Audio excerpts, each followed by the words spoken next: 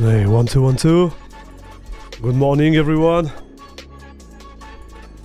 Oh boy, it's gonna be a stream, guys. That's gonna be a hell of a stream, chat. How are you? OMG. Ah. Oh no.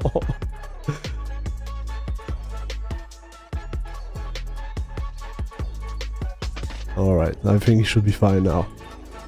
So let's see if Bobby wanna... Alright, Bobby is here. Good morning, Sensei, Logic Slayer, Guy on Moose, what's up? How are you doing? The Corben, hello, Gribou, bonjour à tous. Salut Gribou. Benito Ayam on Twitch, what's up? Schrader F7Y, what's up, the GOAT?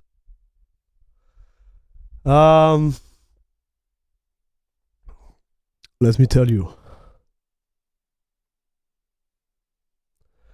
I'm pretty sick. I don't know...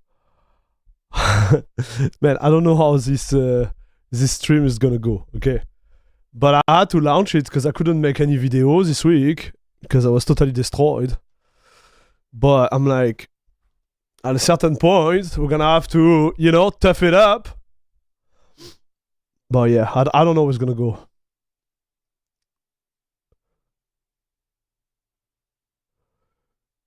Elliot from Evil Corp. Man, you know, it's pretty funny, huh, what he's doing, like the little comment he wrote in this show. It's pretty good, huh? Pretty funny, I have to say. And you know what? I started to watch it. I've never finished the show. I never finished the show with Elliot. Varisk, good morning. How are you? Ricardo Viana, hi Max, what's up? Tellurian, how are you? Raxan Terax mode engage. Software Socialist, good morning. Varisk, another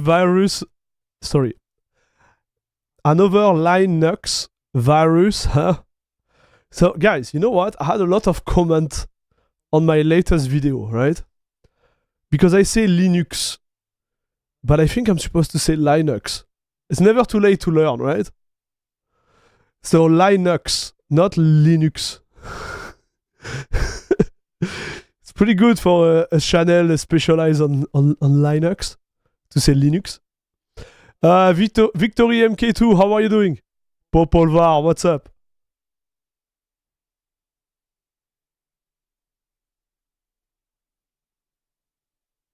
No, we say Linux.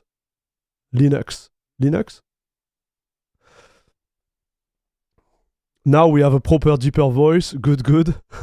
What, my deeper voice? My voice was not proper before? What are you saying?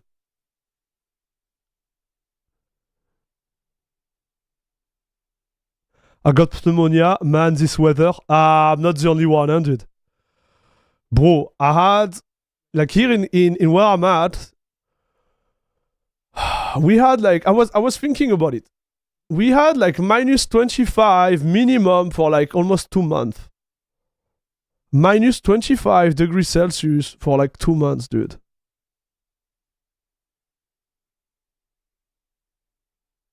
Linux is better? Thanks, dude. That sounds so cursed. I think either is acceptable. Ah, okay. Gee, my man, how are you doing? Like, the weather was so bad. And so I think I got sick. I think I got a virus, chat. I think it's some type of virus I got. Because obviously, I don't want to blame my children. But there's a reason why I'm sick, I'm sure. Like, there is no question asked, dude. La crème de la crème club. Is it named after Linus Torvald? Yes. Ooh la la, la crème de la crème club. A news croissant, the best. But how would you say... How would you say... Linus in his mother tongue, right?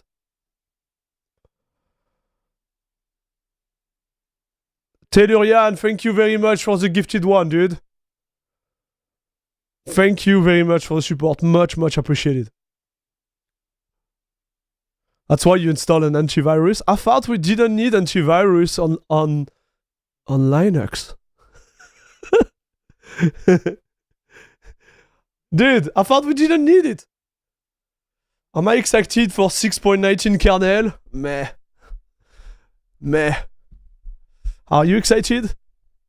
Like I've seen this guy. He's making a killing on YouTube. Each time there is a new kernel, he's like putting like the kernel you will ever need, the new features that will boost everything to the top of the mountain. Man, he got some click. I'm telling you, like he got some serious click doing that, and he just read the patch note. It's pretty dope, man. Like this is pretty cool. Constantin, how are you doing, dude? You let your firewall down. Kid germs can be brutal. Yes. You need an antivirus for yourself.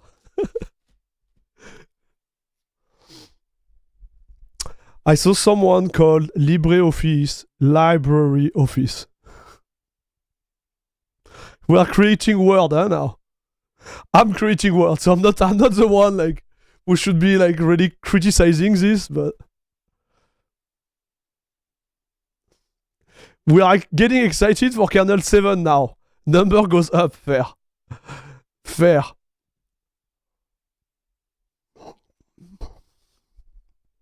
Broman Sniffer, what's up? Do milk? Sure. Okay. What are we gonna do, chat? First, we're gonna upgrade this stuff. Because I didn't touch it for so long. Oh my gosh. I like that. Give me the update, dude. This is so big. It doesn't even work, chat. Wait. What are we updating here? Oh. This is just 1 week of update, chat. I just didn't touch it since last time we were together, right, live? So it's 1 week. Oh man.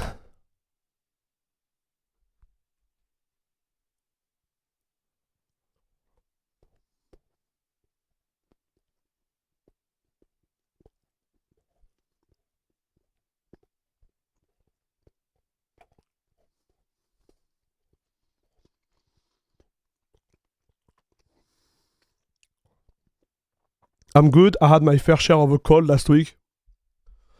Man, good for you. Like listen, guys, if you are good in chat, I'm just happy for you. I'm a little bit envious because I would like to stop this nonsense. But like the temperature in Canada, I think that just destroyed me, dude. Like I was starting to feel good. You know when you get used to like minus, like I don't know if you guys ever experienced like minus 25 and like minus 35 at night, but like you go out, it's minus 44. So just to give you an idea, chat. Just to give you an idea. Okay, so oh my gosh. Okay, so freezer. Okay, bro. The heck is happening here? Oh. Freezer temperature Celsius. So just to give you an idea. Okay. So the freezer temperature is supposed to be minus 18. Okay?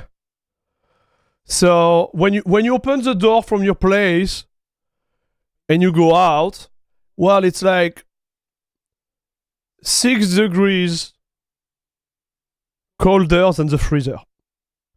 Now, if there is a little bit of wind, right, it's gonna feel like twice colder than the freezer.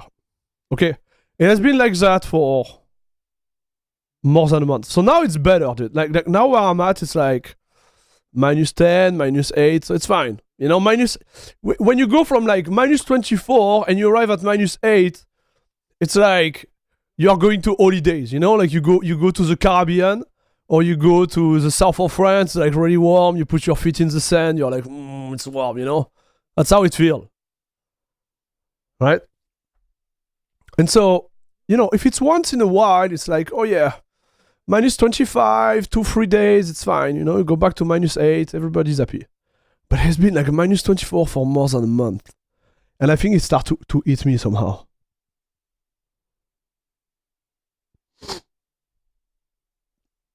Pension Man, what's up? Do you have Flatpak on your CachyOS? Do you use Discover app? No. If you want to manage your Flatpak on CachyOS, use your command line terminal. I've been having trouble with my 9070 XT crashing was overdrive enabled. I think they're getting that fixed in 6.19. Oh. Okay, so you have something to be excited about for 6.19.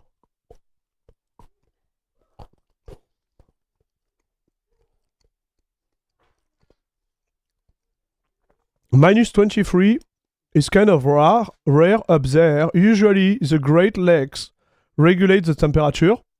Hey Varys, why you base that? I'm confused. I'm getting minus 5 on my land and it's very cold. I can't imagine minus 25. Yeah. Mediterranean Papa isn't made for the cool Canadian winter. Constantine, I think this is the issue, dude. Like, this is a reality, like, in fact. Okay, like, because I can tell, like, people here are like, oh yeah, it's cold. You know, it's tough, but it's fine. And me, I'm like, so me, I'm saying the same, obviously, because I don't want to be like, you know, like the guy who was like struggling. But deep down, I'm struggling, I think. And I think when you are born in this type of like temperature, it's kind of like easier, right? It's like when so before I moved here, my wife she came to where I was living before in France. So I'm from Marseille, right? So Marseille is like south of France, and it's like really warm there. Okay, me, I'm happy when I'm there, but like it's warm. Like for someone who's not used to like warm, I understand like it's tough. And also like we don't do air conditioning, so it's warm, but nobody cares, right? It's just warm. Like we don't have air conditioning. Like I would say like some family, some people like they have air conditioning, but I would say most of the people they don't have air conditioning. At least I never had air conditioning for myself. And honestly, like I did pretty fine. But like man, when my poor wife went there, I'm telling you, she was struggling, dude. Oh, you are in Buffalo, Varisk. Oh, got it. So we are not that far, dude. We are like what? Like 1 hour and a half far away. But I heard in Buffalo you have a lot of snow, right? Lot of snow. That's what I heard.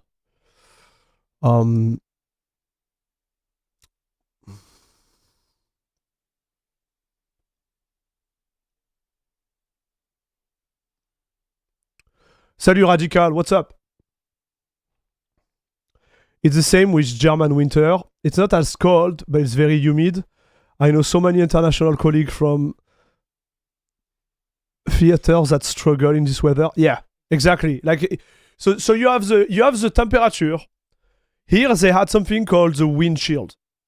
So wind chill is like whatever wind or whatever like humidity combined give you like the feeling of the temperature kind of. So when I say minus 24, it's minus 24 on the thermometer. Then you have to add the wind chill. So sometimes it could be minus 24, but because there is no wind, because it's sunny outside, it's bearable, it's fine. But when it's like no sun, wind, whatever is pushed with the wind, which is like sometimes like snow or whatever, and you get hit in the face, you're like, whoa! You're like, please let me out of this. You know? So you went from living on the Med to freezing Canada? Yeah, I know. I'm crazy, dude. I'm crazy. Like so, like when it's cold like that, I'm closing my eyes and I'm thinking about, my feet on the beach and listening to the sound of the wave and the smell, of the sea and like, you know what I mean?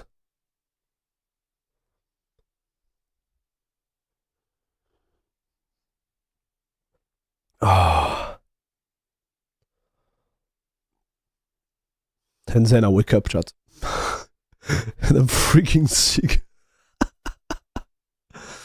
Not as much snow as usual, thanks to the cold weather. It has to be closer to -1 to really snow. So the lake being frozen doesn't generate the late effect snow. Oh, fair, dude. Fair, dude. Chris, how are you doing? Guys, by the way, sorry I didn't cheers with you. Happy Friday, everyone. We'll go through it. No worries, like that's what we do, we go through it. Well, I see my children, and then I understand, right? I understand I'm not born here. Like I was not made in Canada, you know what I mean? Like, it's like my children, it's like -24, they're fine, dude. Like they're like running around, they can go out with a shirt, no problem, dude.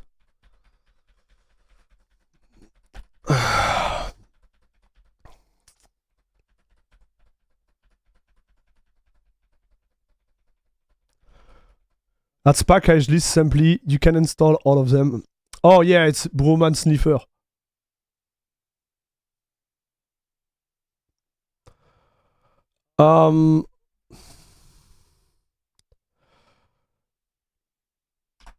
Yeah.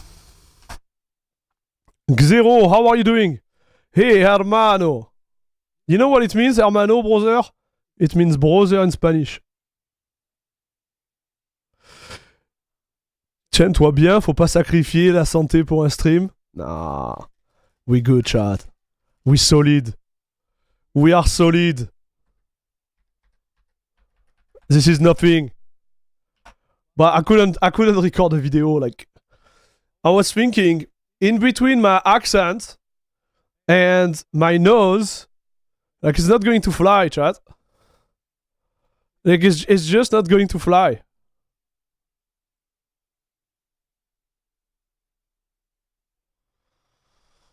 So what is in... Oh, nothing. The heck? Alright, chat. Let's see what's new, huh?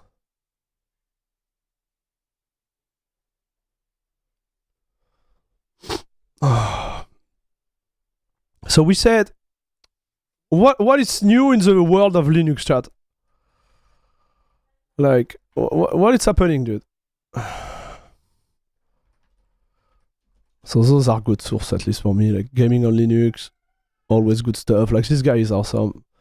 I hope one day I'm gonna be able to speak with him a little bit. Like, this guy is pretty dope, chat. So what's happening here? Okay.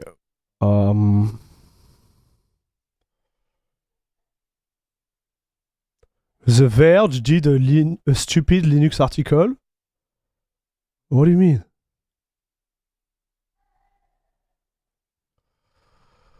The Verge Linux. Okay, now you trigger me, dude. This one, I went back to Linux and it was a mistake.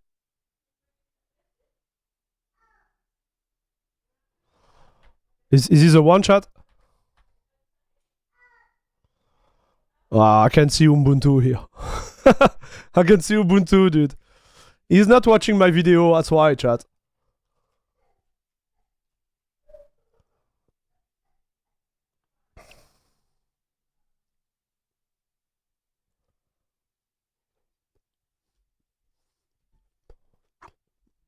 You post on my Discord about Bazzite. Whoa. What happened with Bazzite? If it's drama, I'm not talking about it.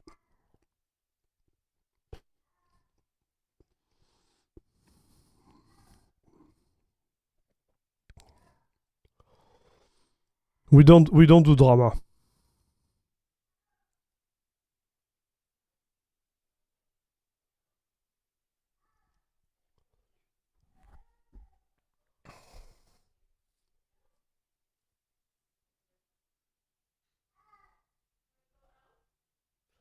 Els Narco, how are you doing, buddy?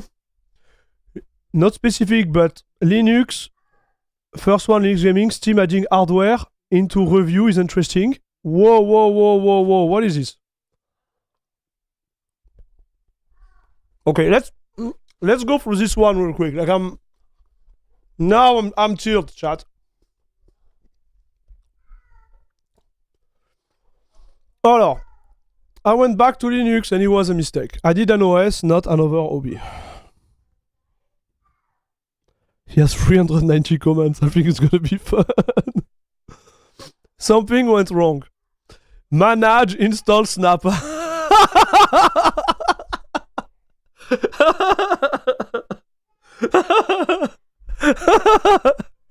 Dude, The Verge, they are not hooked with Air Max channel. That's why, man. Like, what did you expect? It has been 4 years we told you guys not to install Ubuntu. Like,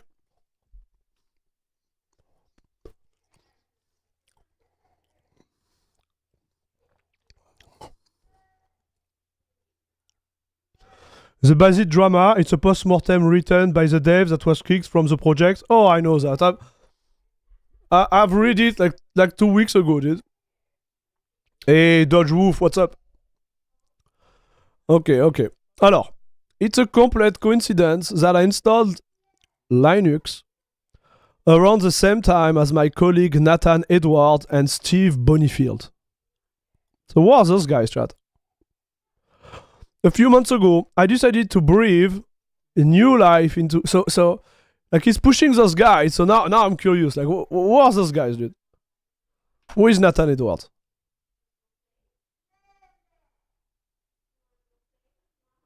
Therapeutic treatment client? Ah, no, it's this dude. Okay, so it's his work colleague. Verge senior review editor. So... Oh, okay, and him is like, I replace Windows with Linux and everything is going great. But look at this dude! Guess what? He choose CachyOS. Eh ouais, chat. Hey oui! Oh my gosh. Okay, let's go back. Allez.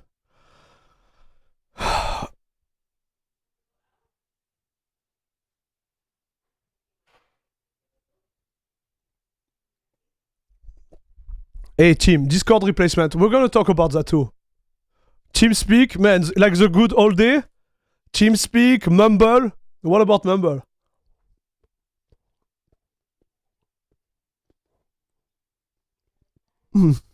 Alors.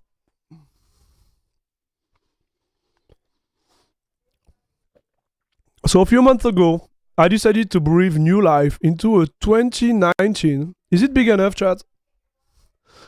That's what he said. Is it big enough, dude? Oh man, like this is gonna be a hell of a stream, chat. By the way, cheers everyone.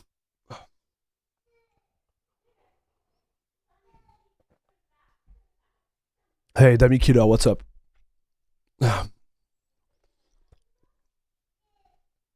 Alors. Despite it, at the time, high-end Core i7 32GB of RAM. Dude, this seems like a beast. Windows was frustratingly slow on it. The fan was constantly at full throttle even when the machine was at idle, and regularly failed to install an update. So early 2024, I gave up and I switched to an M1 MacBook Pro. So this, listen chat, we need to talk about this. Because us, we are Linux, I would say like experienced user, right? But I think people who are on Windows, if they just want to work, this is going to be the real alternative, chat. And he's a perfect example here. He's like, you know what? Like what they do is like every 5 or 6 years, they will go buy a new laptop because the old laptop is gone. And now they have a choice, right? They're like, do I go on Windows 11 or do I go on Mac? Nobody thinks they're gonna buy a laptop with Linux on it. Enfin, Linux on it.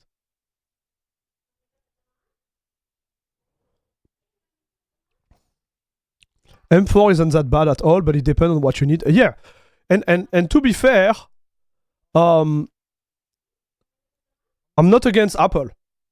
Like I would never use Apple for different reasons, right?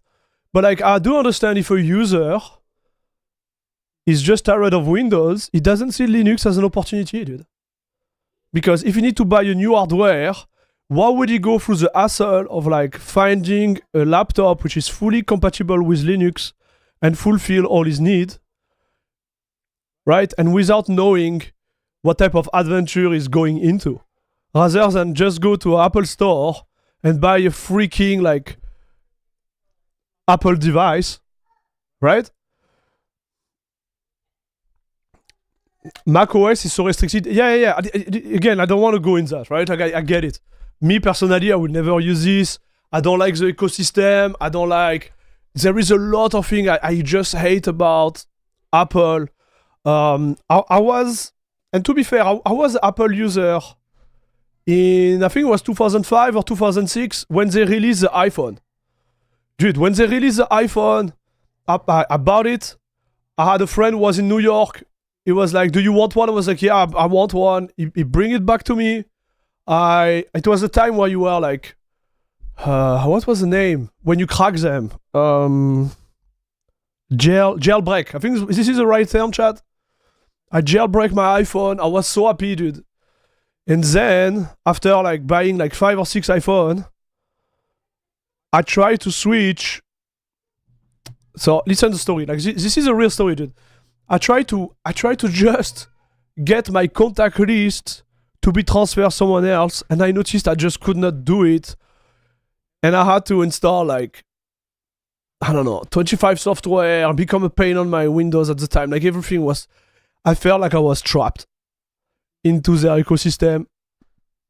And at this date, I said, I will never buy this again because they kind of lock you in. And so I was how to explain? I wouldn't say blackmailed, but I was kidnapped by Apple. You know what I mean? I don't know how to explain that.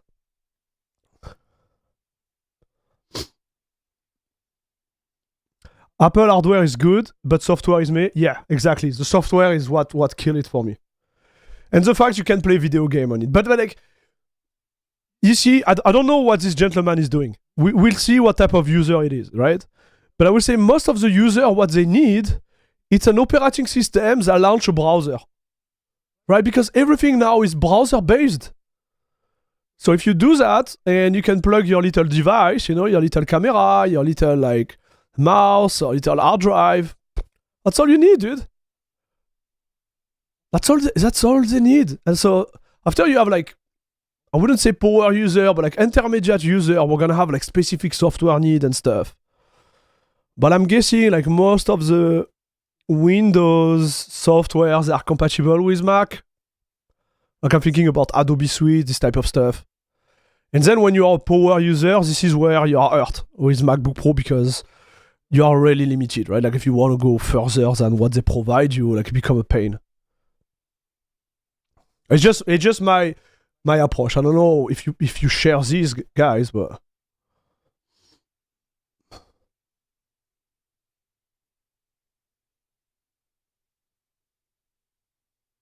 I understand the mentality of people who want a tool to work without dedicating themselves to anything else related to the OS if they want to spend more money. Yes, same. What about Asahi Linux on MacBooks? Dude, I don't own any MacBooks. But I heard already good things about it. But it seems like it's not finished at 100%. Like, especially if you have those newer like MacBook, you can't even install Asahi Linux on it. So maybe they offset it in other way through producing things that are just got harder to get working on Windows. Yeah.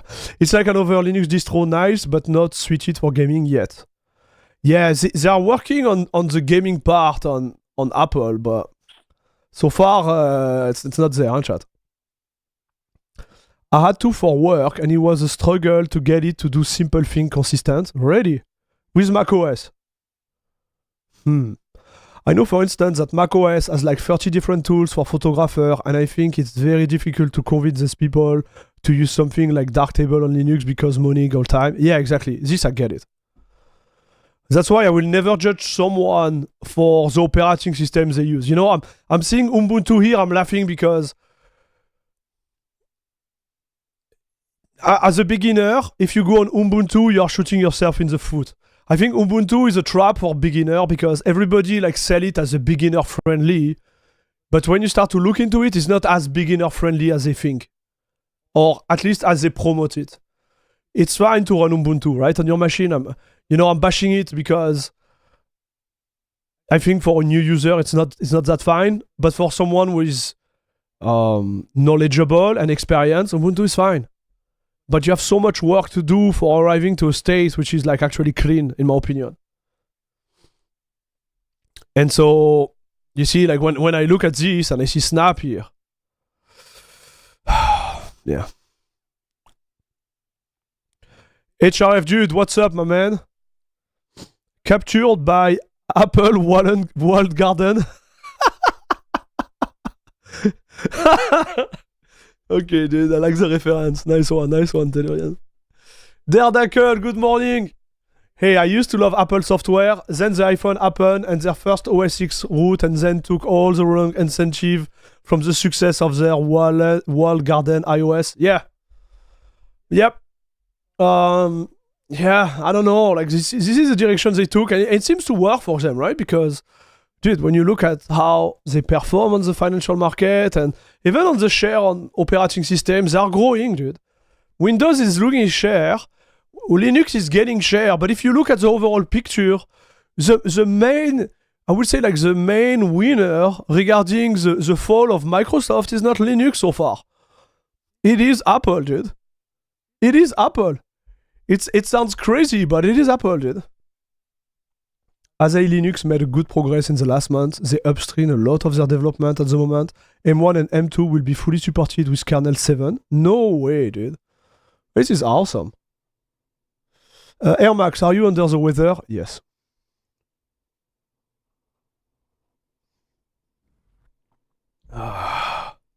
I think Ubuntu just had this history as easy to use distro for 2 decades, but things have changed a lot and they changed fundamentally how they work with the distro. I agree. Ubuntu before Unity was amazing. Even with Unity wasn't that bad. GNOME free switch made it worse, and Snap just cemented as not worth it. Yeah. I think Ubuntu, like on a server, can make a lot of sense if you have specific need. You can disagree with that. I prefer Debian for different reasons, but Ubuntu, I think, has a place in the innovation and I would say like the stability and the reputation regarding server. When it comes to desktop, man, this is a hard one, chat. Like this is a really hard one. I know we might have Ubuntu lover in the chat, and we have been running Ubuntu and we prove that we can fix it. But the amount of work is just for a beginner is just too rough. Anyway, I was just a little comment regarding Apple and how I think overall they are the biggest beneficiary of the fall of Windows and especially Windows 11, dude. Believe it or not. But and if you don't believe me, look at this, dude. OS stat global, I don't know. Yeah, this one stat counter. Okay, and if you look here, so where is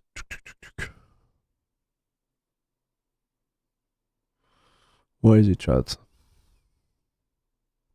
So desktop.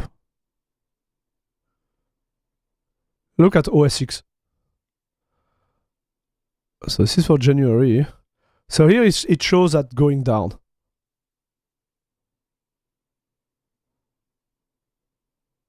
Right? Like if you look, they were at 15 and now they are at 7. But where did I see this chart, dude? It's in the US. Not that much. You see, I thought they will be the most beneficiary. You see, I'm wrong. I'm actually wrong on this.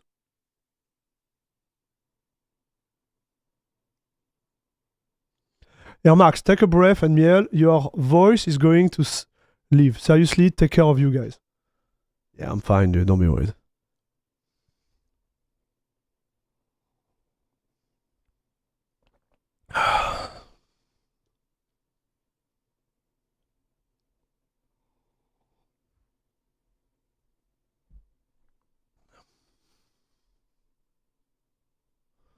This is a 1 year chat. This is 1 year chart, chat. So let's say, yeah, you see? This is on 4 years, look. Because you can see here, when Windows fall, Mac go up, right? But I would like to see this trend overall, but you can see it doesn't add up, right? Oh, yeah, it does. Watch, chat. It does because, oh, that's why. Because now they have OS X and Mac OS cumulated. So, yes, it does, dude. So, I was right. Right? Because if you remove this, and I'm pretty sure if you add it up, this one is going down. Not that much, in fact.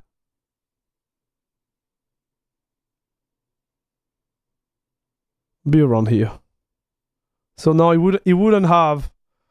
So 13 and 10, so 23, and here we are at 32. So yeah, not that much, dude. Not that much. Good morning. I recently purchased Avermedia Live Gamer, and you made it a workaround to make it Linux worth it. The question is, when the patch take effect? You can patch it yourself, Adam. And I need to touch base with Peter because this morning I was putting everything back together on my streaming PC, and I noticed that the patch has not been applied somehow for CachyOS. So I'm gonna touch base with him and see when they are planning to push it. I thought they pushed it already. So yeah. I am on Windows 11, IoT, LTSC, it's the best OS. Yeah, it's not bad, dude. I wouldn't say it's the best, but it's not bad. I understand why you would get there. Okay, so related, I replaced it. Okay, so but I wanted to give my oldest child something to pressing typing on. Plus, I've been trying to find a suitable distraction-free writing solution. Spoiler, this laptop was not the solution I was looking for. So this, with my ThinkPad, I achieved it, dude. I have a ThinkPad with CachyOS, and man, like this is the best. This is the best, I would say, typewriter I ever had, dude. But anyway, I digress from the subject. So before the MacBook and before the Dell XPS, I was a Linux user. Huh. I first installed Ubuntu in 2006 on a ThinkPad X40, and it remained my primary OS across 3 different laptops and 13 years. Dude. So this guy is not a noob. I thought he was a newbie. He's not a newbie at all, apparently.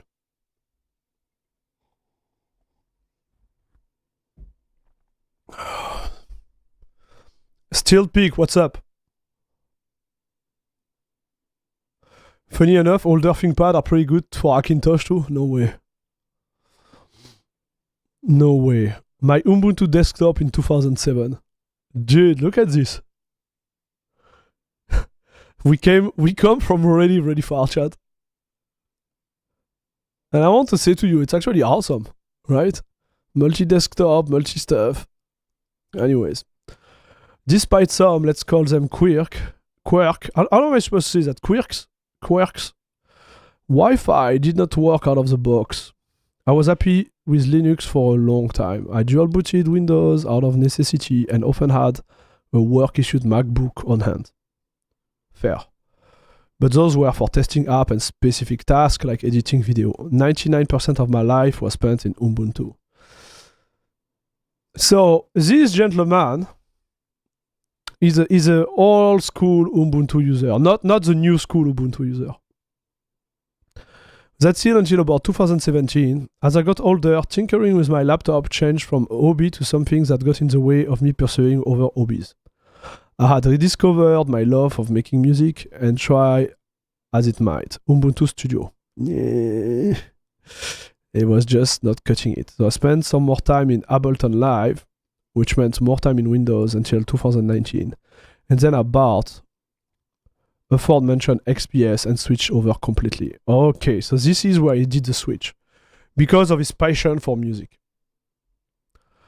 A lot has changed in the 20 years since I first installed Linux. And even in the 7 years since I last used it, it's now arguably the best platform for PC gaming. What? He just said it. It's now arguably the best platform for PC gaming. What the heck, chat? There are genuinely great photo editing apps such as Darktable, which was introduced in 2009, and there are even viable commercial options for making music in Bitwig and Reaper, all of which has improved dramatically since 2019. I never used Darktable. Like, what is it, Darktable, chat?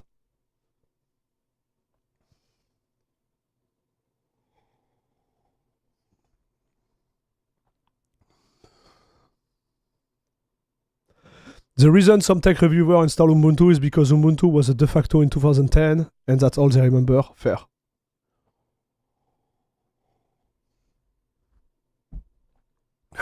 We're gonna install a Darktable. Now I'm curious, chat.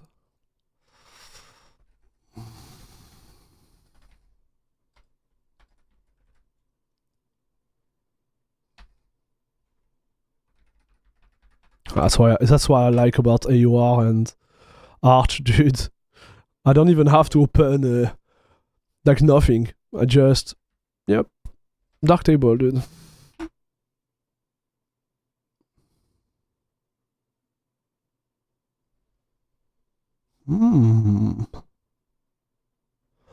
Oh, got it. Okay, so this is pretty awesome. Now I know what it is.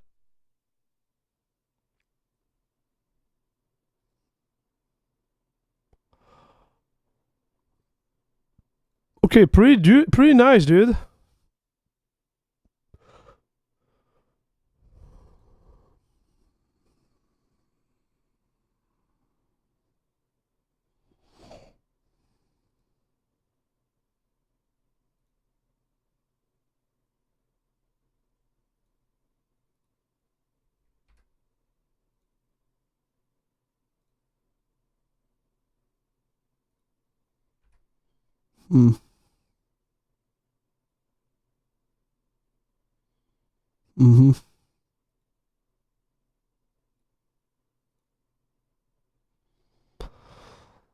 Okay, I get it now. Chris Ness, how are you doing?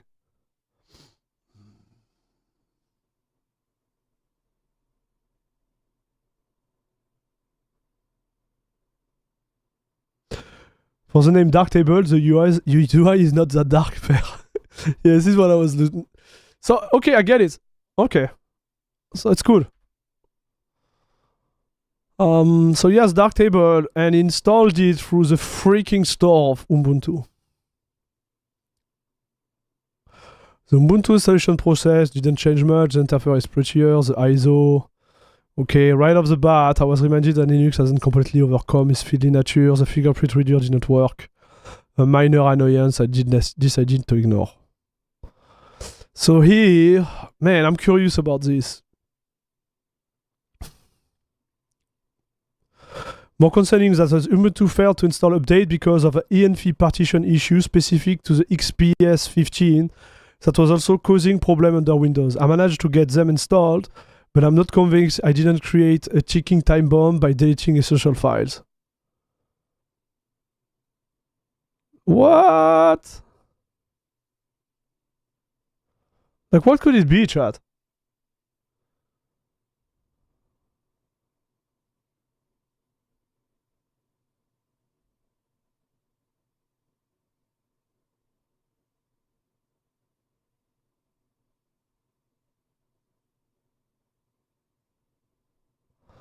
Is there Affinity Studio on Linux? Yeah, you can install it.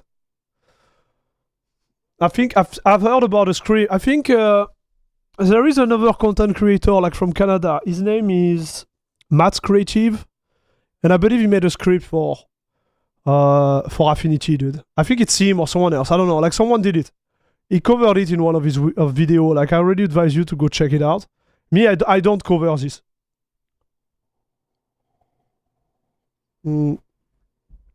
I like to cover what I use. It's kind of like when I do a review of a distro, it's like I actually tried it, like on my PC, not in a VM or whatever. Like I like to talk about my experience first. So I didn't really cover the Affinity suite because I don't use it. So annoyed with Linux when Windows has the same problem with this hardware? Lol. Yeah, like I don't get what's happening, Steven, there.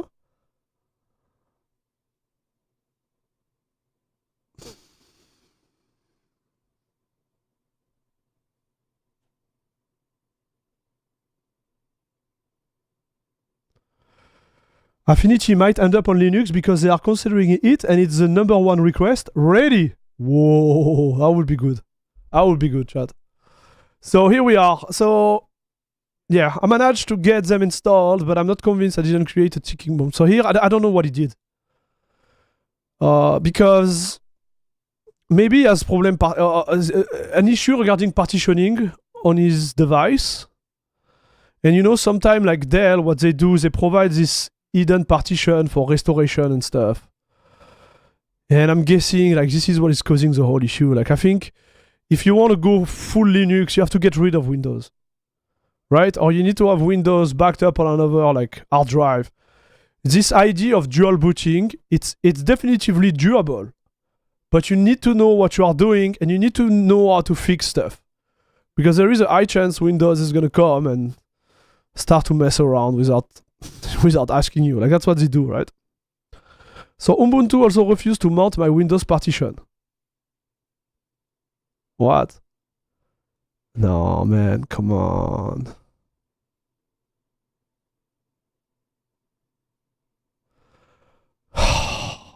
like, come on. This doesn't make sense, chat. Hey, first name, last name, what's up?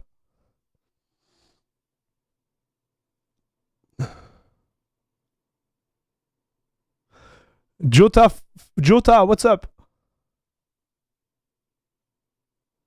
Dual boot only with dual drive? Yeah, exactly. But on a laptop, right? There is a lot of laptop who doesn't have like multiple drive, right? Here's the fact like he can't mount a freaking like Windows partition doesn't make sense either. Nathan has his own bizarre problem where his CachyOS refused to acknowledge his mouse click. He was also hit with an optional paralysis trying to choose between 4 bootloader and 13 desktop environment. But it's only one. Oh man, I don't understand, chat. I don't understand.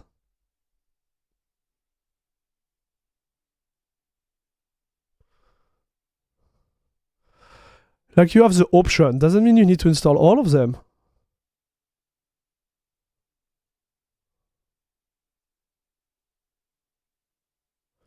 Next, I have to pick one of 13 different. When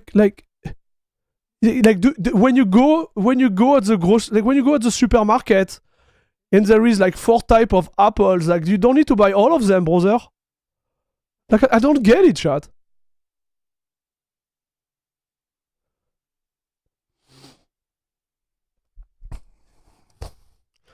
Okay, my gaming mouse is an ancient Mad Cat Cyborg Rat 7. It turned out it's a non-issue. Okay, so his mouse is like... What is this mouse, dude? Bro!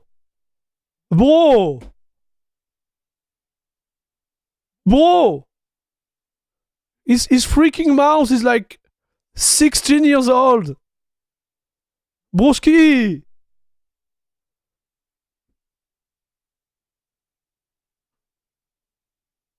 Dude, 16 years old!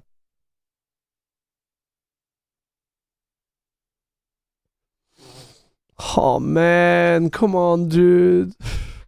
I think it's unfair. I think it's unfair. Maybe I'm pro Linux or whatever. Like I think it's unfair, dude. You see, with me, when I'm blaming something is because, you know, but like you have a 16 years old freaking mouse, dude.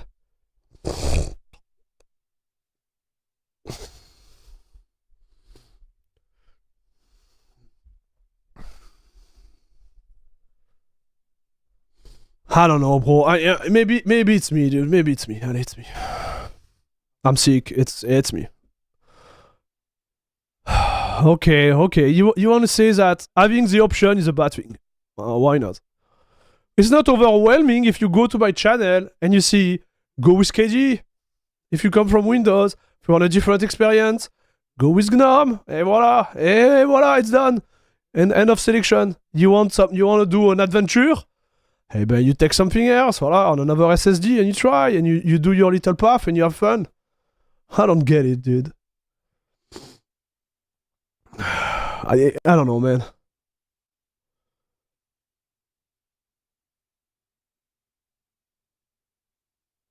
Look, man, my gamepad is weird and only 20 people have it. But at least I don't complain about having to make it work for that very reason. Exactly. Having a mouse of the age of a teenager and expecting to not have issue is wild.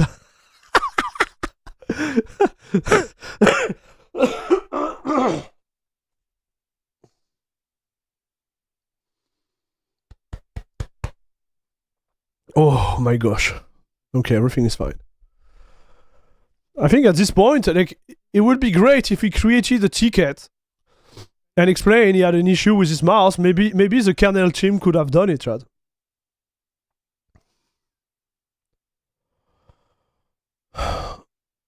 That mouse needed special driver even under Windows. Guess what? If they are not supported anymore. Yeah. Anyway, Civilova, what's up? Bon, allez, the mouse. Let's move on. It's fine. For some of this part of the appeal, the infinite customability, the power to bend your computer to every whim. I don't know this word.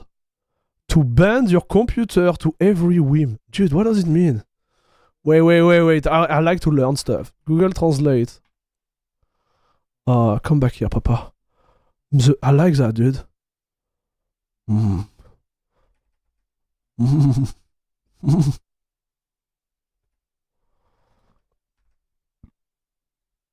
Le pouvoir de plier votre ordinateur à tous vos désirs. Oh, whim is desire.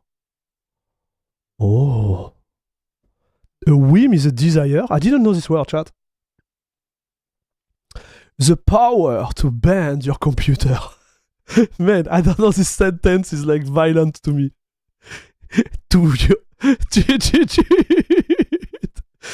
I'm happy we are talking about a computer, chat. Dude, maybe it's my sick mind right now, but I'm like, the power to bend your computer to every whim and make it truly yours.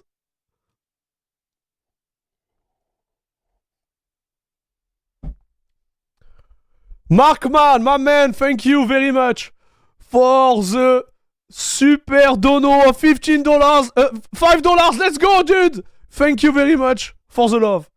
It's BS to expect a 16-year-old mouse to work with Linux, but at the same time, I would like to see more AIO software to work with Linux like the NZXT came. Yes, I agree with you. I agree. The only issue we'll have with that is like, you will make it work, but then you will miss the software to actually like control it. So me personally, like I was looking for one when I built my computer because I like the little screen, you know, like the little RGB screen or some of those like AIO have, and I wanted to have the full RGB experience. And then I understood that I would have like, it would be a pain to manage the screen, manage the fan speed, manage the pump speed. It was all a huge mess. So I went with the Arctic Freezer, like dark, nothing on it, and I just connected all the fan and the pump on my motherboard, and like that I have nothing to do. Everything is done through the BIOS, and I'm never talk about or think about this ever again, dude. So, but I understand your frustration, dude. I get it. The power of going through your PC and telling he has been behaving unladylike.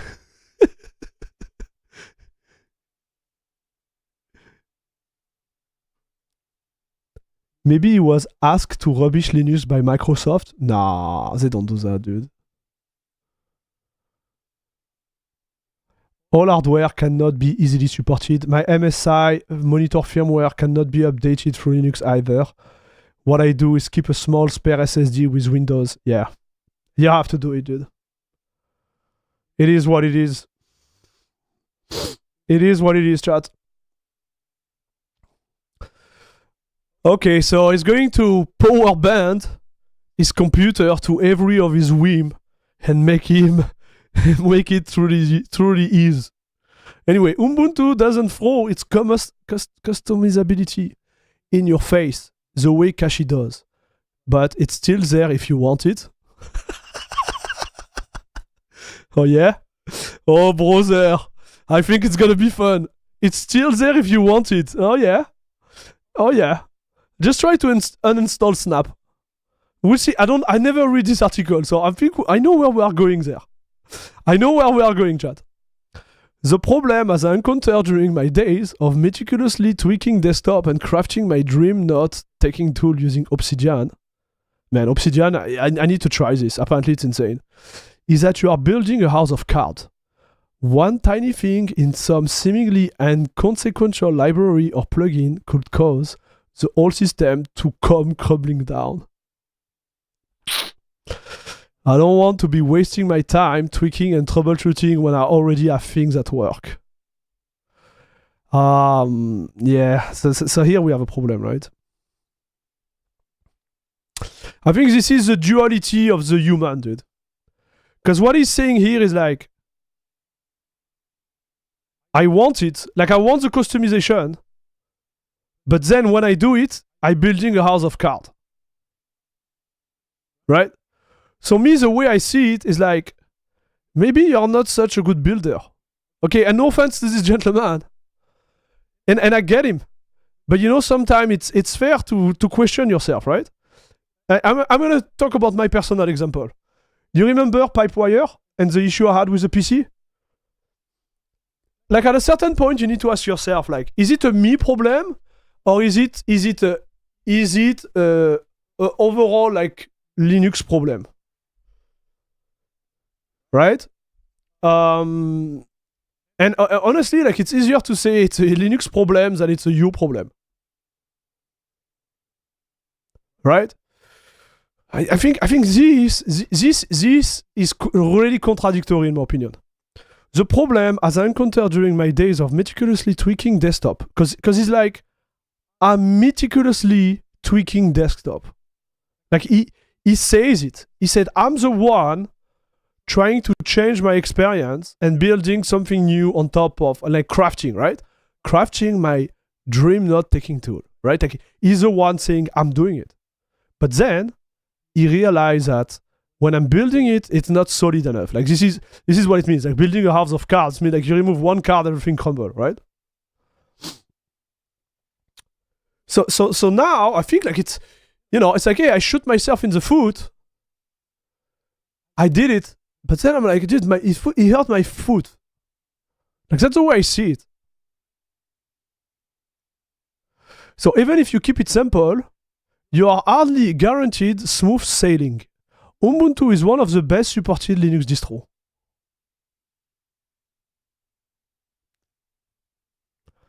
So what does it mean, dude? What does it mean by that? Ubuntu is one of the best supported Linux distro. Bro, wait.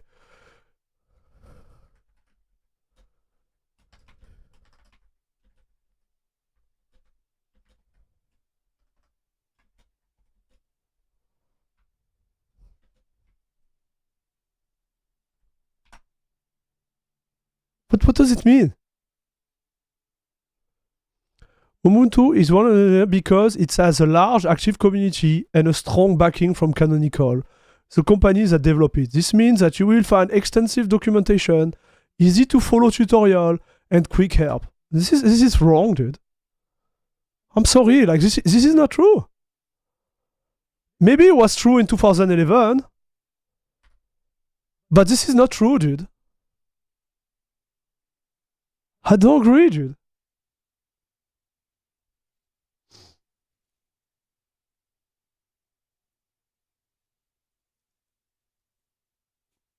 No one recommends Ubuntu to new user, Mint or Zorin.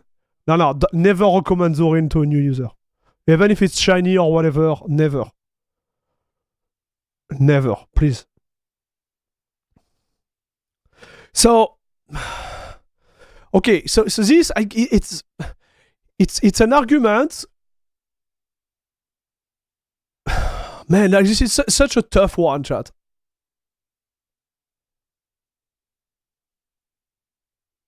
Because on paper, like it is okay. So maybe I was wrong.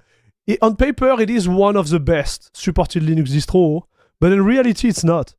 I don't know how to explain that, chat.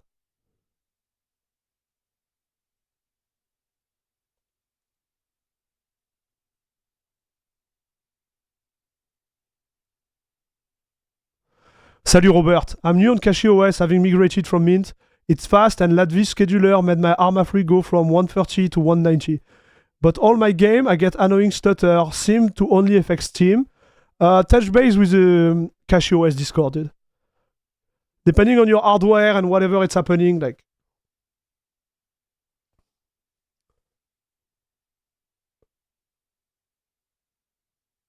But how will I make money if I can't buy Zorin Pro? Tellurian, that's right. How will I make money if I can't buy Zorin Pro, dude? You know, it's like the financial market right now. You buy more to make more. Like you want to buy more, huh, chat? You want to buy more. Buy more Zorin Pro. Actually, for the last week, it didn't work that much on the financial market, but like, yeah. Ubuntu LTS is still big industry support. If someone releases proprietary driver, it's probably for Ubuntu. Okay, so I think this is where I think this is where, in my opinion, we have we have a point of argument there, because I have to say,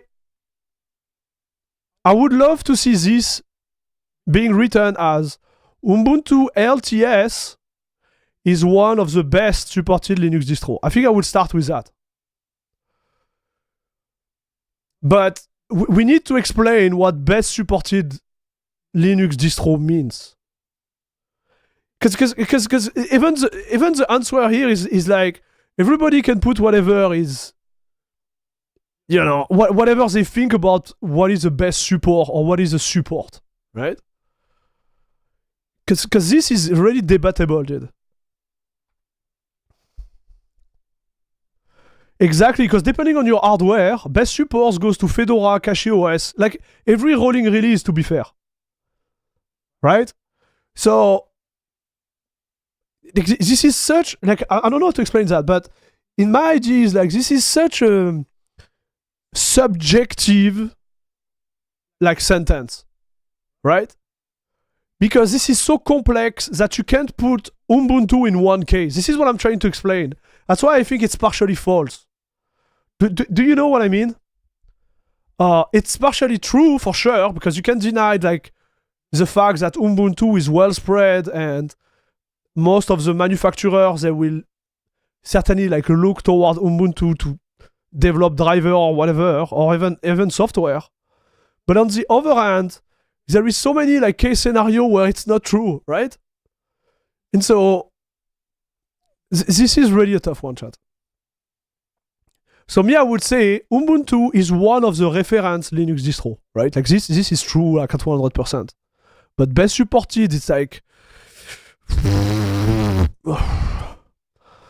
So, and my specific XP15 isn't one of them. Dell, has sold many Ubuntu certified laptops over the years, so I feel I was in the clear wrong. Okay, so this, like this, you don't need to be a god.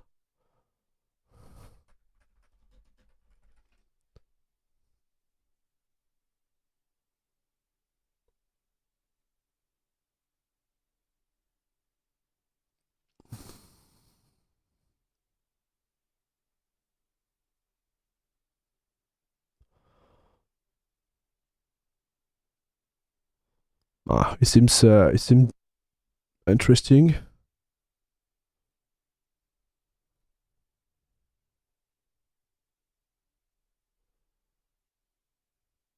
Let me check chat, because ArchWiki is always the best. Okay.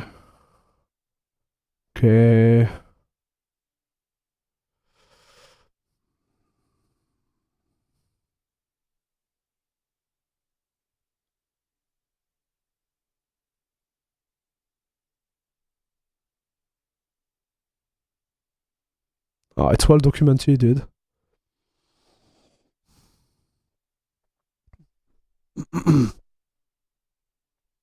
It's not bad. So honestly, it's not bad.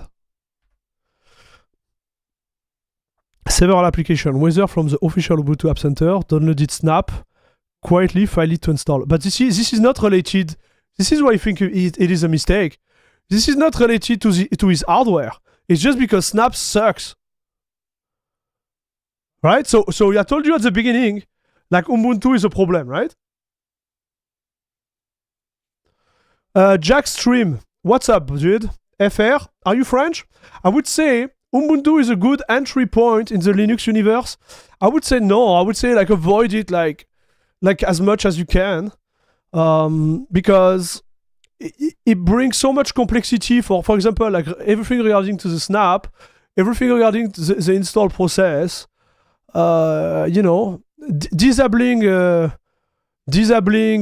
secure boot is not hard to do, and I will say it again, but you have better opportunity out there, like even Bazzite, Mint, if you don't want to do that, even the Debian, dude. Like bro, like this is not a good enter. Like I'm sorry, like it's always. I think like when you know how to manage Ubuntu, it's easier to say yes. It's a good entry. But when you don't know, as a new user Ubuntu, I'm telling you, it's not as good as you think. It's like their store is broken, their Snap is broken. So yes, they did a lot of improvement. Yes, the driver are installed. Yes, secure boot is supported, but like it's over. All the rest is like a mess, dude. It's a reality, chat.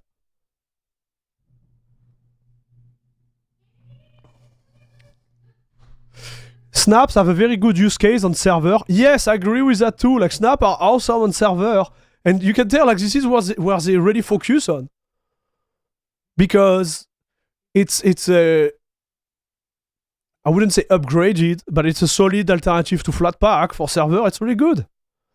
Salut broche tonton. But like,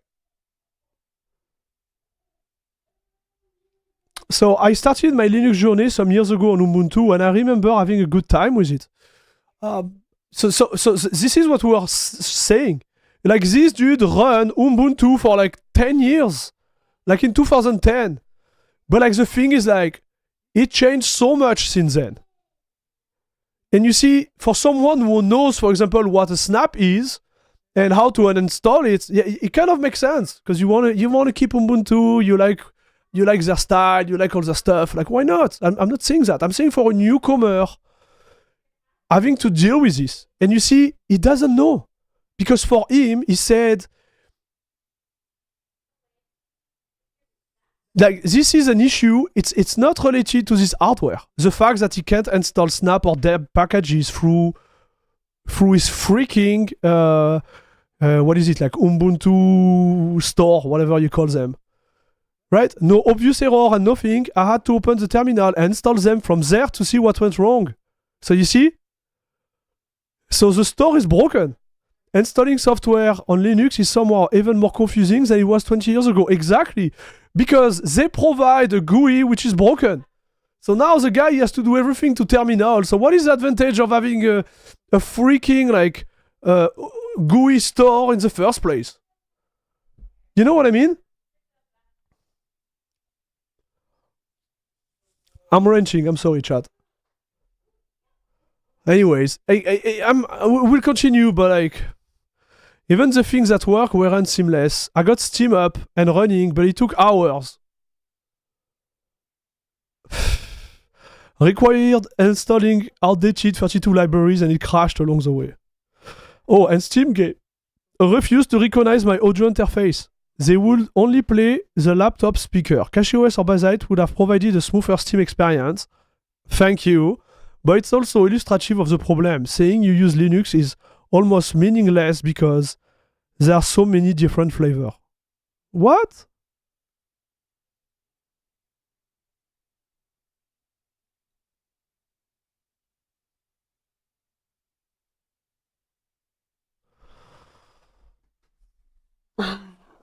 Oh, so tired, chat.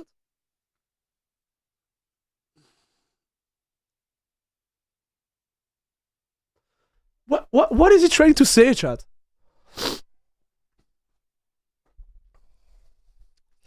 I used Ubuntu for years before switching to Kashi. Problem is gotten buggy.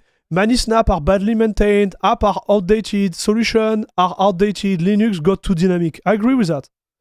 I think the idea of Ubuntu, what it was like 7 years ago, and thinking it's still the same is just not accurate. You see, if you go back to my channel and you look my first review of CachyOS, I noticed there is a lot of things were wrong, and I said it in my video. Like their main problem at the time was related to the server, right? And I told them and said it in my video because I was talking with them already. I was making podcasts with them, and each time I make a video, I try to contact the maintainer and try to share my finding and stuff. Because obviously I want all the distro to get better, right? But what I'm trying to explain is like the CachyOS from 4 years ago is not the CachyOS from now. And it's the same for Ubuntu and all the other distro. Like there is some type of evolution. And I objectively believe that Ubuntu went in the wrong way. Me, I have a special banter toward Ubuntu because I want to break this idea that it's still good. Because it's not. And I know a lot of new users are going to still follow the advice of Ubuntu and they're going to break their teeth, dude. They're going to go there, they're going to try to eat this Linux plate and they're going to break their teeth and never want to try it again. And here I don't understand what he's trying to say, like. So Steam didn't work because he used Snap. So, okay. We know that Steam Snap had so many issues, dude. Game doesn't launch, sometimes they launch, performance issue, I proved it, I recorded it, I documented it on my channel. Snap, Steam is bad. Allez. He still forced it. So now we had an audio issue. Normal. They would only play through the laptop speaker. Okay. CachyOS or Bazzite would have provided a smoother Steam experience. Yes. Because they don't use Snap, dude. But it's also illustrative of the problem. Saying you use Linux is almost meaningless because there are so many different flavors. Like, what does it mean?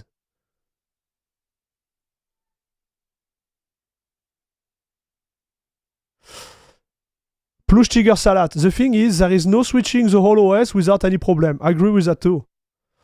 Like, you need to be willing to do the effort, right?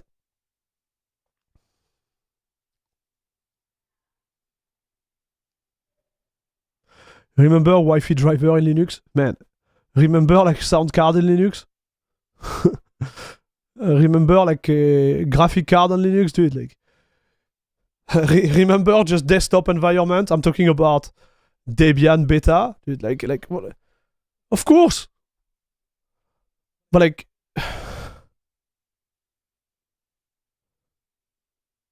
that's why you say I use Arch, by the way.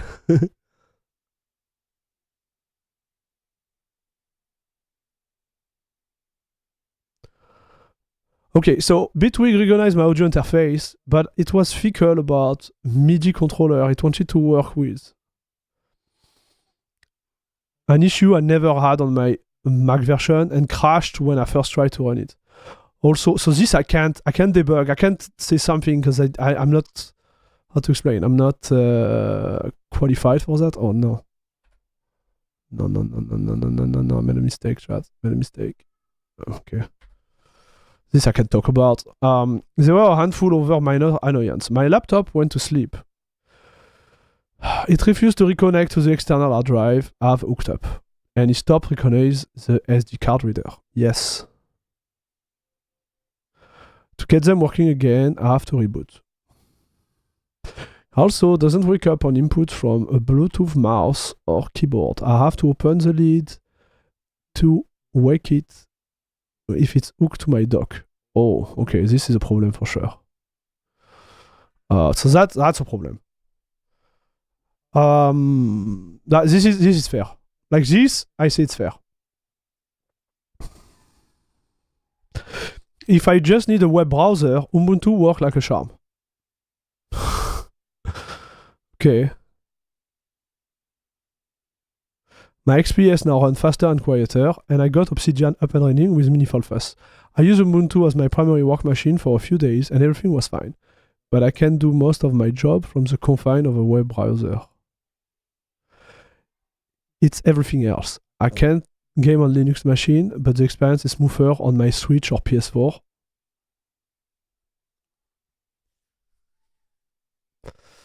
I can make music in Bitwig or Reaper on Ubuntu, but Ableton on macOS is easier.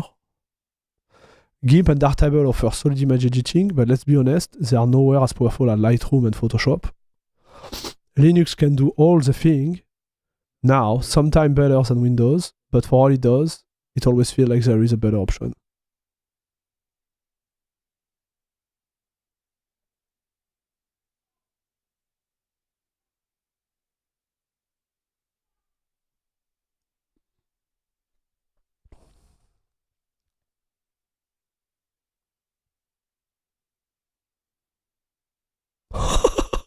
That said, Linux on desktop is still mostly a dumpster fire.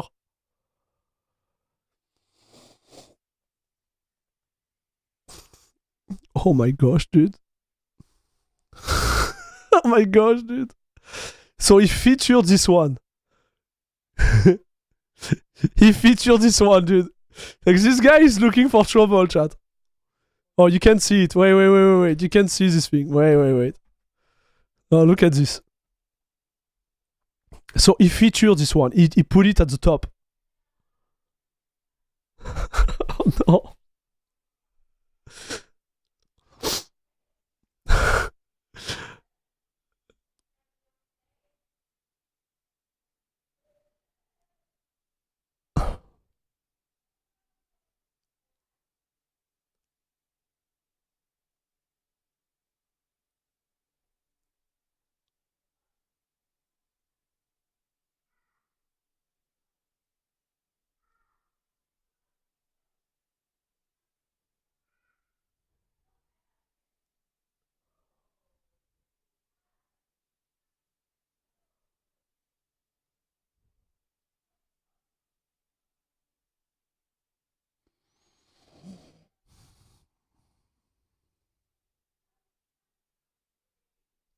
Man, some people are so nice, huh, chat? Some people are so nice, dude. This guy is nice.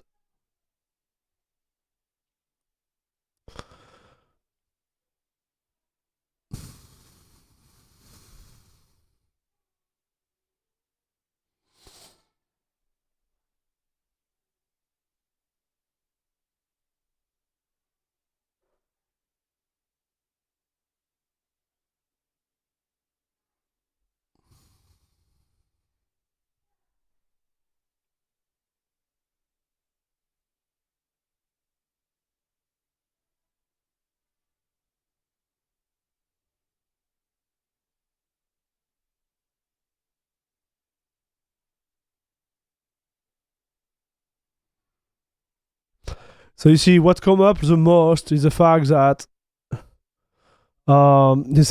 he should just like switch distro, dude. What are they doing to where the desktop is a dumpster fire? I don't know, man. One thing about the comments, do Linux people like us read The Verge? I don't. No, I don't either. Some people are so nice, that is true. It's true, right? The guy was like super nice.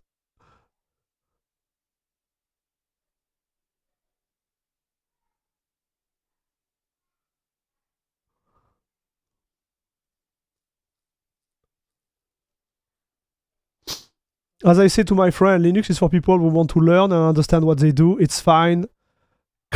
Craftsmanship. Yeah, I agree with that.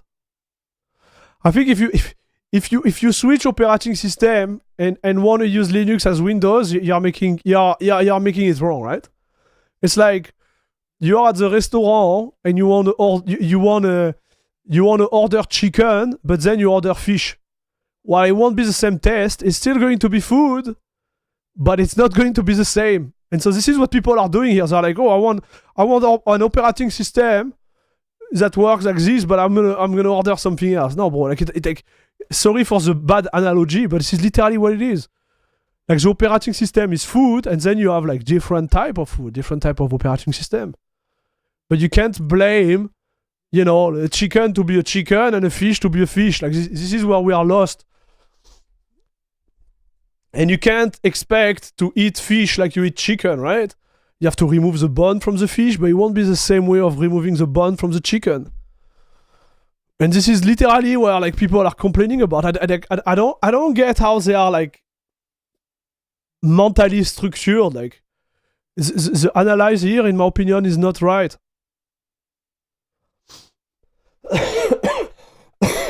Sorry about that, chat.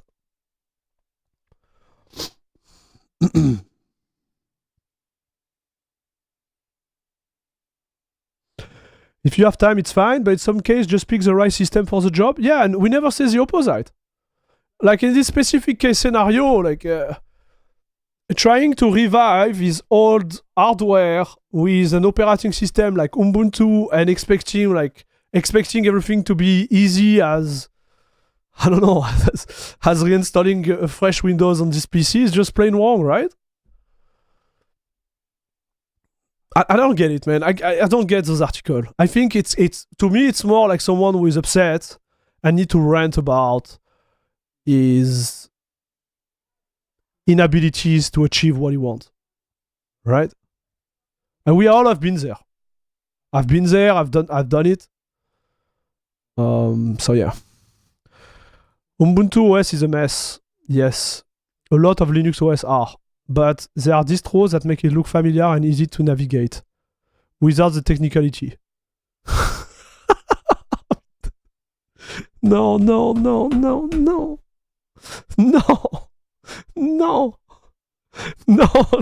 no. I'm so tired of this, dude. Why are we making all those videos? Like, people, they don't watch, they don't care about what we do, Chad. Like, nothing ever changed, in fact. Nothing ever changed, dude. Nothing ever changed. Like, this is... I'm depressed, dude. I'm so depressed, dude. I'm looking at that, I'm like, why?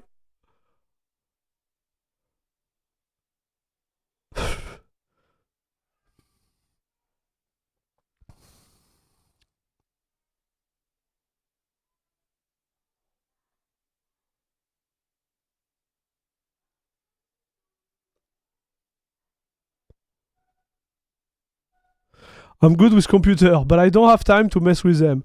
When Linux get to a point that I can walk into a Best Buy and pick up a printer, scanner, webcam, and I know that it's going to work after installing an easy downloadable software package, and I won't have to read a single article or edit to configure the file, I will switch immediately.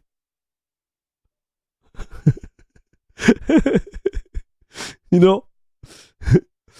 When the snake is going to stop eating his own tail, when he's gonna get there, because he already ate half of his body now, well, I will start to think about it.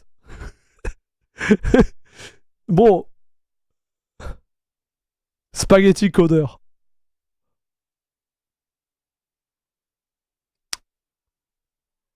So if everybody waits, nothing's gonna move, dude. Alors, have you been able to update the firmware on those peripherals through Linux? So this is a fair point, I agree. But the thing is, like, we won't have enough market share, because this is not a Linux problem. Because this, what I'm trying to explain here is this is not a Linux problem. This is a manufacturer issue, because they don't see the market share as big for them to invest money to make it work on Linux. This is literally like a 2 weeks work, dude.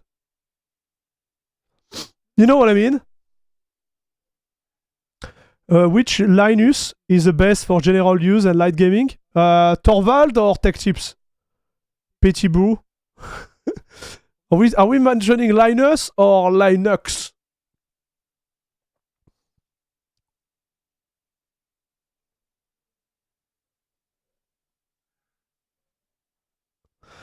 Windows user trying Linux when a single thing doesn't work out of the box, unacceptable.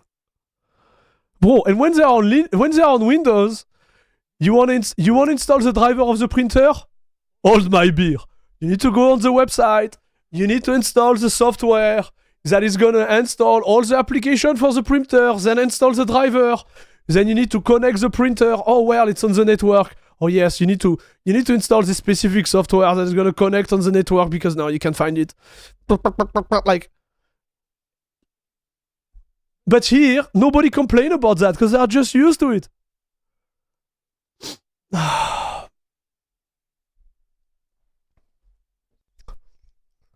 Anyways, I'm gonna rant now, chat. That's gonna be this stream. I'm sorry, chat. I tried various Linux distro, but I always gone back to Windows. Oh my gosh. What is he gonna say?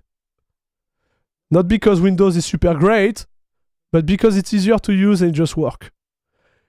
Linux is far too quirky, far too cumbersome, and far too incompatible. So this I understand, like depending on your hardware, like you're in pain, dude. Interface is crude, hasn't really changed in years.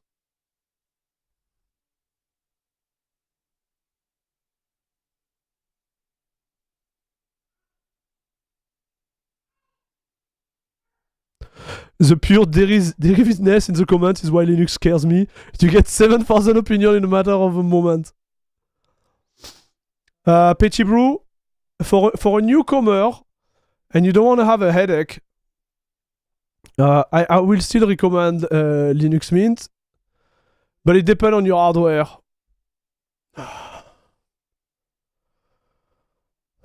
Yeah, I still recommend that. Otherwise, I would go like on the road of Immutable, like a Bazzite desktop, see how it feels if you want a game. And if you want to be adventurous, you can try stuff which are a little bit solid, like CachyOS, Nobara. If you want to go, like there is GLFOS. They're still building it, but there is a lot of distros out there which are solid. Right?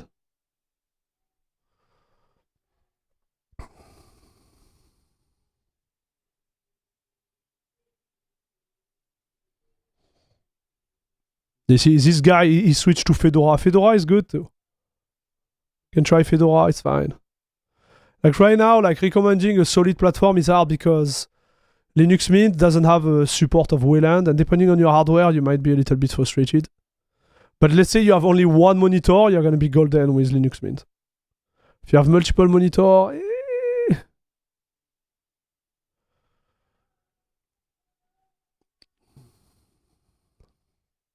see, Linux Mint for 6 months, zero issue.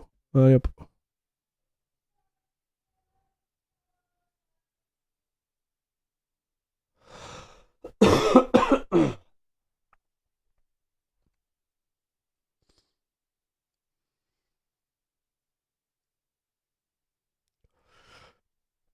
I started Windows this morning and the audio was not working. I rebooted to Arch to check if it was a mixer problem, and on Arch sound worked. Then I came back to Windows and audio worked. What the heck? That Kemvo command slap? Wait. Kemvo? Yeah. When I had any issue with software installed over the past 6 months, I just used Claude or ChatGPT to talk me through them. Because this guy is willing to learn.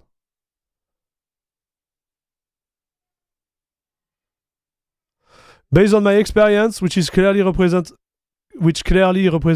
all experiences, I should have written an article on The Verge called "I went to Linux for the first time and it was the best decision I ever made." Like, I don't know, dude. I think here we just see like two, I would say like two different like mental, or like I would say like analysis, dude. Like mental analysis, like I don't know how to explain that. I don't want to sound like superior or whatever, but the way I see it is like there is users are willing to put themselves in the new environment and say, it's a new operating system, I need to learn. I know it won't be perfect. There is no perfect environment. Is it gonna work with my hardware? I don't know. Is it gonna work with me? I don't know. But go with the state of mind and say, I install it and I see how it goes. And if I fail, maybe it's not a me problem. Maybe it's not a operating system problem, but it's a me problem. And if you're in this state of mind, you're gonna have a great experience on Linux, because there is a high chance that you're gonna encounter some issue like you would encounter on Windows with your hardware. But instead of just like spitting on the operating system, you should just reevaluate where you're at and trying to understand what's wrong. That's the way I see it, dude.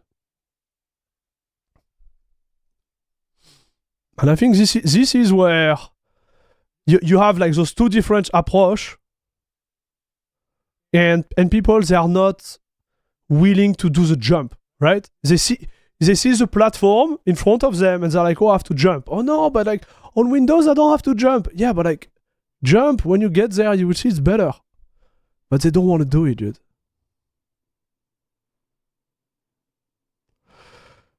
You see, so this article is not hugely negative on Linux, but even so, it's unfairly negative. Reading it, I get the impression that you are calling out Linux and Ubuntu for being insufficient. But this is a laptop that doesn't have manufacturer support on Linux. It's 7 years old, and Windows is doing so poorly on it, you have to try to rescue it with Linux. I feel like this should be framed positively, since you are able to get an unusable laptop partially usable again after some time and elbow grease. The subtitle, I need an OS, not another hobby. Bro, you specifically choose to try and rescue a 7-year-old laptop instead of just buying a working laptop. You put this hobby on yourself. Don't blame the OS. Yes! You see, this is exactly what I said regarding the House of Cards argument he had. You are doing it to yourself, and now you complain about it.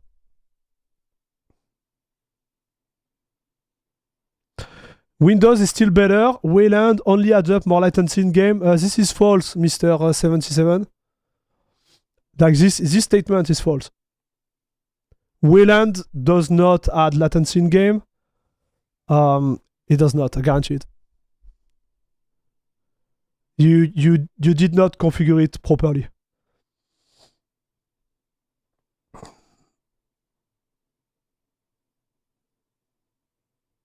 Still hope to find a distro that I can put on device and give up to my mom and dad and don't have to care what will happen. So I did it with Linux Mint, with one of my oldest buddy. And I'm not worried at all, dude. I would say if you want extra safety, I would go with something like Aurora. Like one of those Fedora stable, like spin. Based on, you know, like immutable type of spin.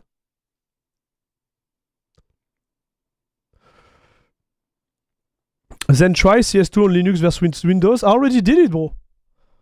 I have a bet. Like the only problem with Counter-Strike 2 is like I can do FACEIT. All the anti-cheats you can do, but CS2 is a better experience on Linux than on Windows. FPS, low FPS, better. Latency, better. If you get a different experience, you are just doing something wrong. That's all. It's fine. Everybody did something wrong when we started something new in their life. You know, like when you started to walk, you didn't run right off the bat, right? First you were on the ground, then you start to crawl, then you start to walk, then you start to run, right? Here the issue is like people, they think they understand, but they don't, which is fair. But you can't blame the OS until you understand what you are doing. I think this is the issue there. You see, when Mr. 77 say there is a latency issue on Counter-Strike, well, it's not the operating system, dude.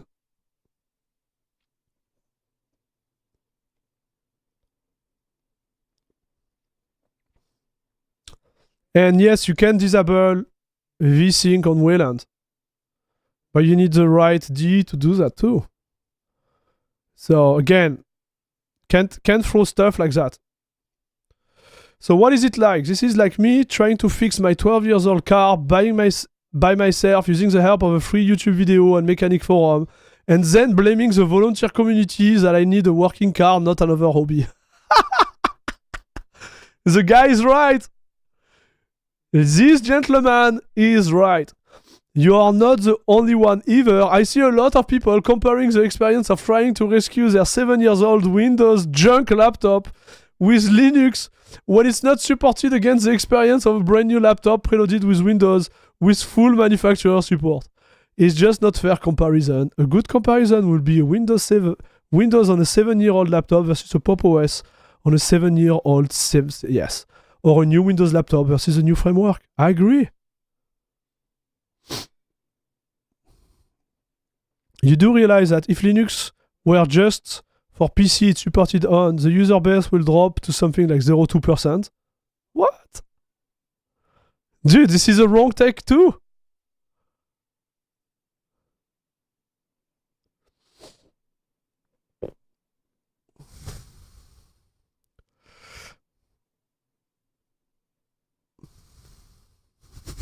Man, this guy is awesome, chat.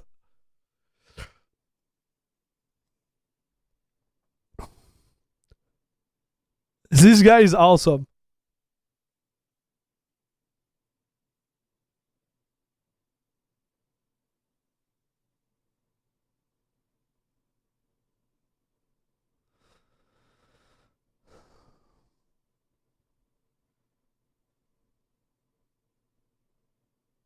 No.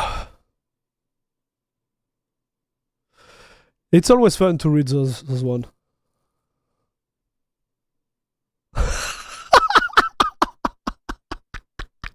Oh no, Janet! Janet, though, what did you do? Janet, come on. This speaks more to how stupid is the author is than anything else. Oh no, dude. That's why I was saying, like, those guys, they have like they are nice. They have nice comment, right? I was saying like people are nice because I know like people will be like more like violent. Like this is a violent comment. Janet, you didn't need to do that, but you choose violence.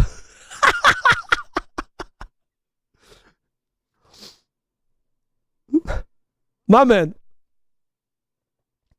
Like, shot fired, dude. The writer compared Linux gaming to Switch and PS4.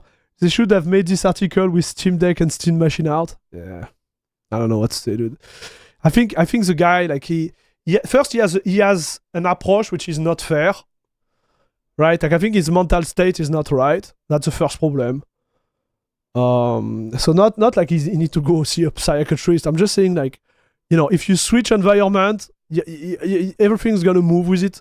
So you can't expect the same thing to happen by switching totally environment, aka operating system. That's the first problem. And second problem is like, if you're not in this state, well, the frustration endure. And instead of like swallowing his frustration, he kind of like rant it out here. I think this is the second problem. Like, the rant, in my opinion, was unjustified. Or at least he didn't do enough work to justify it. Because there is some issue which are like really hard on Linux, but here it's not that hard. Like what he did was just installing Ubuntu and using Snap. Like obviously it's not going to work. If he just like, look, is Snap okay on Linux? Especially Ubuntu. Allez. Is it good? Like, is it good?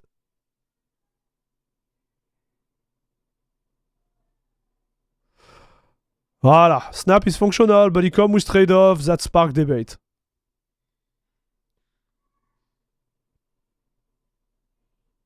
Voilà. So right away, it's just AI. Like, it's not even me like doing a serious research, right?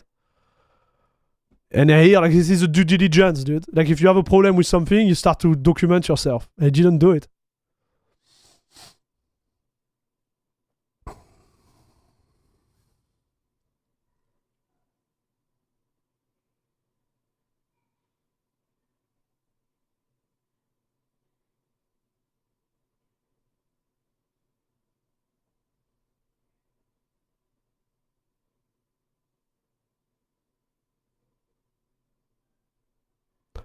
Yeah, this is too deep for the writer here.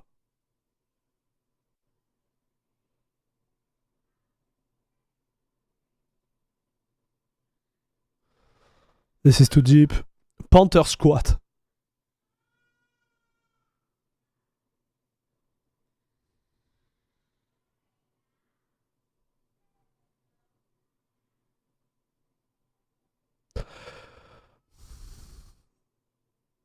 You see, we go back to Snap again. Anyways, that was a good article, I think.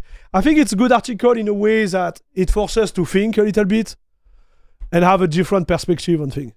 Right? Now, do I agree with this guy? No, I don't. I clearly don't. I don't agree with whatever he said. There is some points which are fair, but most of them are not. All right. So let's see what else the news chat. We said we just read an article and look where we're at, dude.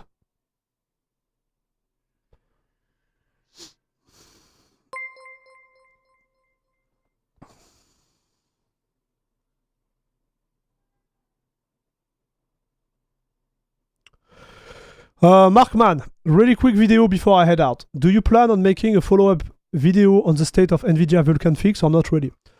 So Markman, I'm in contact with the dev who are actually working on this, right? So it's called the HIP patch. And what I do secretly, I'm gonna share it with you guys. Every week, I try again. Right? I try to see if the HIP patch is ongoing or not. And so far, it's not there. So I don't wanna make a video and put pressure on the dev and put the community against the dev, right? Like those dudes are doing an incredible job. They are working on it, but right now it's not something I can present in a video because it's still not there, right? So regarding this, if there is advance on this topic, it's gonna be on this channel, right? Because again, I'm watching every week. And when I say every week, I'm lying. I'm watching every day. But I will make a video when I have something to share which is positive and won't be impacting negatively the people who are working on it. Because there is a lot of expectation from the community, and I don't want this to be redirected to people who are trying to do their job as the best as they can, right? It's a tough one, right? It's not a simple job to get it properly implemented, so it takes time. Yeah, exactly. It takes the time that it takes. Exactly, like it's gonna be, it is what it is, chat. But they are working on it. If you want a quick update, like it's a daily work. And there is improvement, but it's not enough for me to share publicly.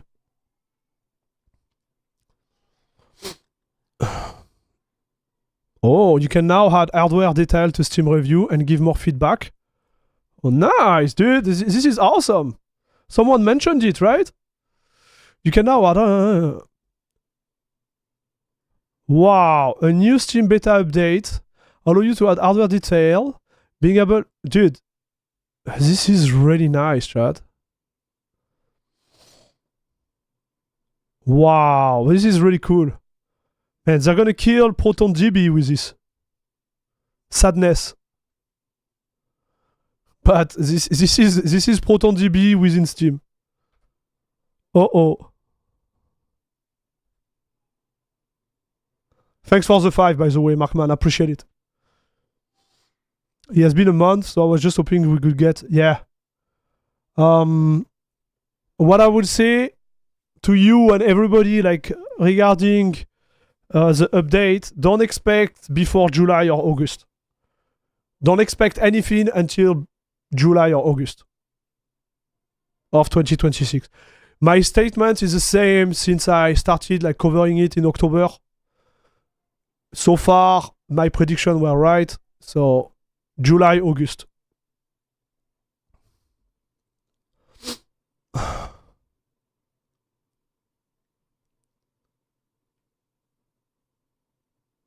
Death Stranding 2 for PC and a lot more from Sony State of Play. Oh.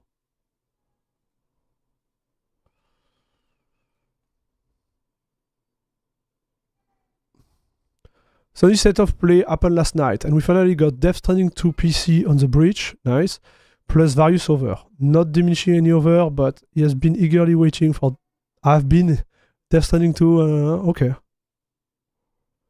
007 First Light, 4 Loop, Beast of Reincarnation, Control. This one I really want to watch it, dude.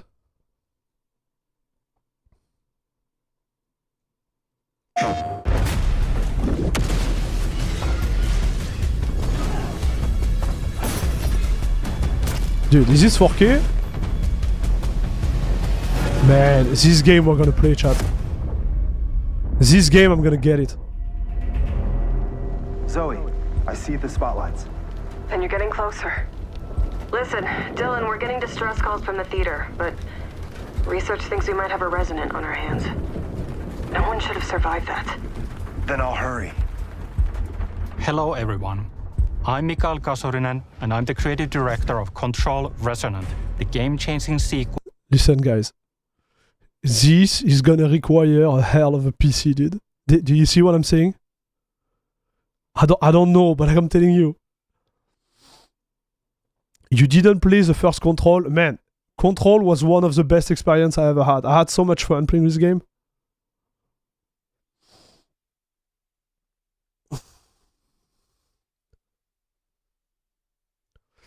Well, to Control. What you are seeing here is an early mission captured from our in-development build. We play as Dylan Faden, our supernaturally gifted hero, in a version of Manhattan like you haven't seen before. Oh wow, it's a totally different game, Quiet dude. Shift, an ability that empowers Dylan to seamlessly move through gravity anomalies and adapt to the world around him. What? What? Oh. Here we are showcasing a set of different forms of Dylan's main weapon, the Aberrant, can take, and his supernatural abilities. There are a lot of different ones you can discover to suit your playstyle.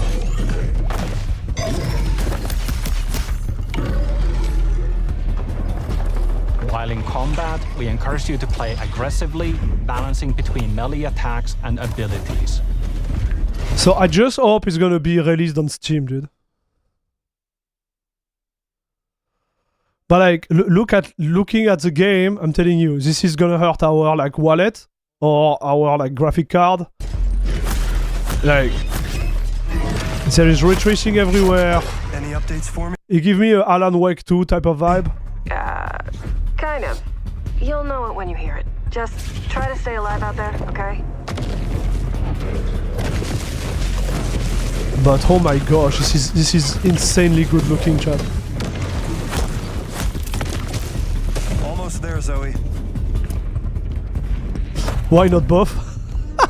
Steven. What the hell is that thing? Oh boy.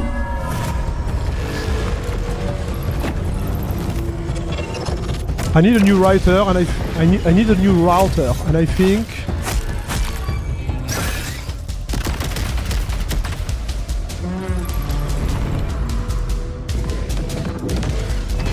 Leonardo Cecconi, what's up?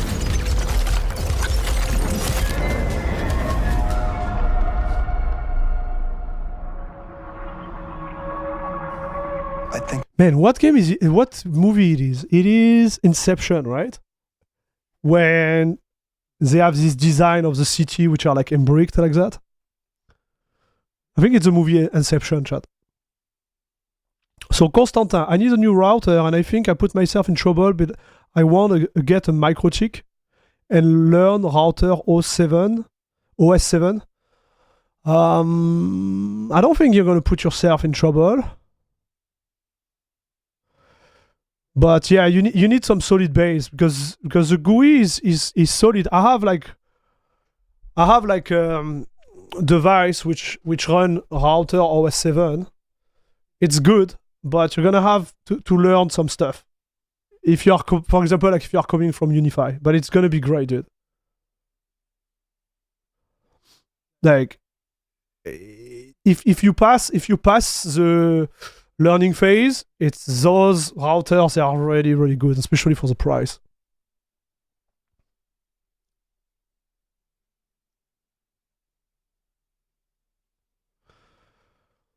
Nice to hear, Victory MK2. Nice, dude. It's like what, like 15% decrease moving from Windows to Linux. I will take that. I hear something. Wow. I know where the resonant is, Zoe. I'll call you back. Resonants are the dominant threat in what's our most ambitious game to date. And we can't wait to share it with you later in 2026. Wow. So yeah, we're gonna go with that, chat. This one I'm gonna get for sure. I don't know about this game, dude. Legacy of Kain? What?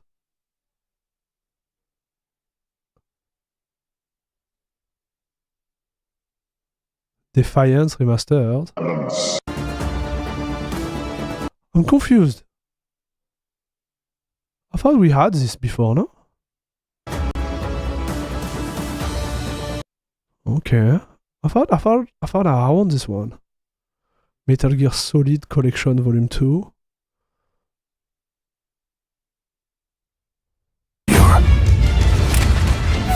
Outer heaven. Oh. Sometime, like, you know, I wish I had more time and just sit and play those games, like... Oh, Rayman, chat! Whoa, Rayman, chat.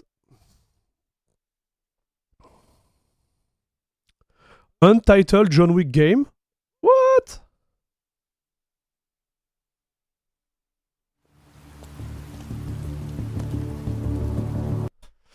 So they did Soul River. Oh, okay, so that's the second one. Got it. Okay, got it.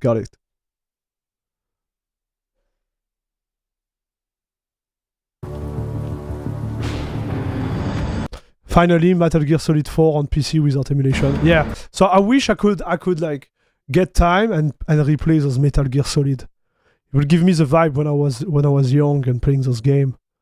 You know, with a little sound like when you get caught and stuff. This game was so fun, man.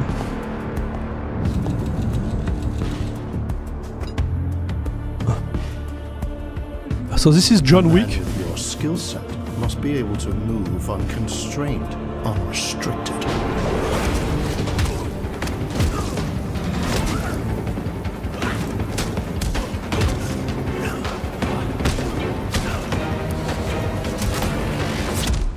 He must be versatile, capable, adaptable. Dude, there is no way you can fight in a suit so tight.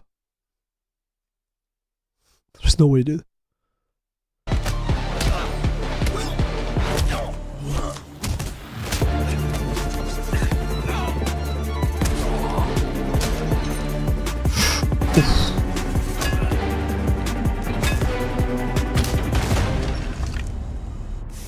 He must be grounded, stable, constant.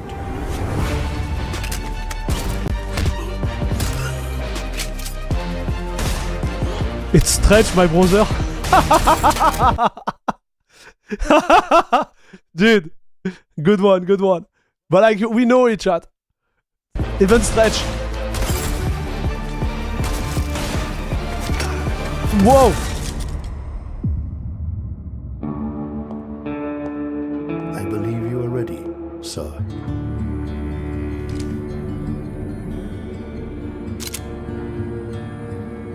Looks like a Glock, no? But it's hand sewn and he had whiskey while he was measured. Yes.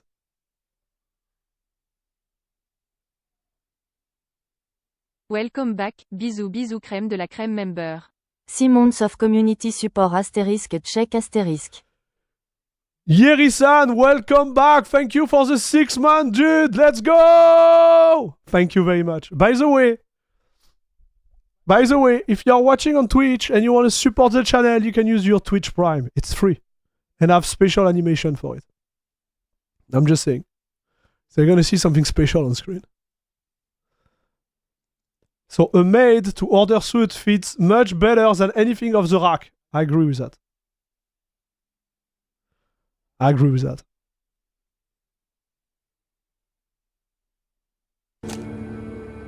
Thank you very much, Eric-san. Appreciate it. Yeah. Yeah. Yes, Papa. So can we see in-game? Ah.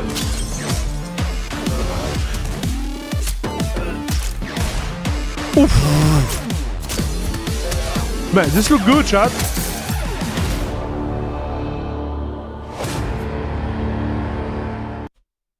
So Steam, PS5. Nice. Okay, this one is gonna be. This one is gonna be on my list, chat. This look awesome. So what did they say? Do we have like comments? It's 80 euro for a game? Bro.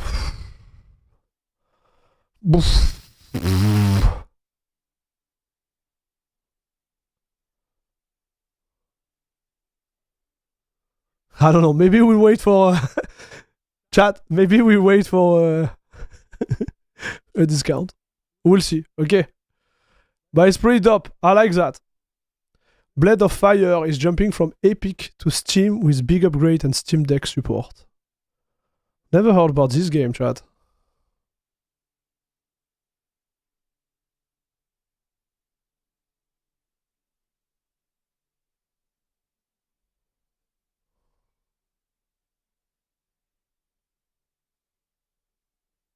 May wake me when it comes to GOG.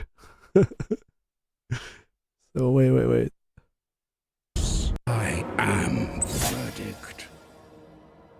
I crush the void, and I seek. Have you played this game?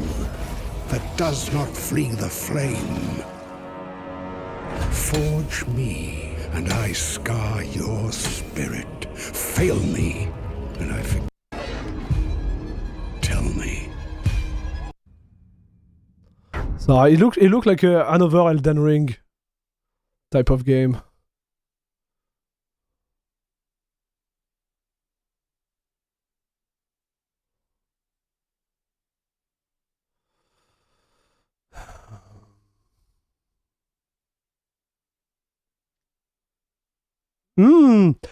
Linux Mint may slow down releases to have more development time. Makes sense, dude. Wayland chat.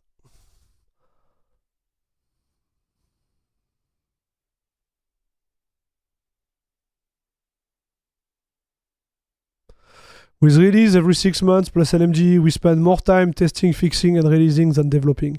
So they are currently thinking on changing that and adopting a longer development cycle.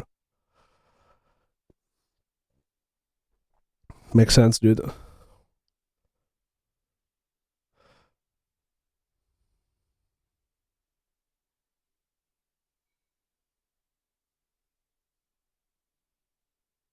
And since everyone is moving over to Wayland, they need it to fully work. Yes. Man, they need it, huh, chat?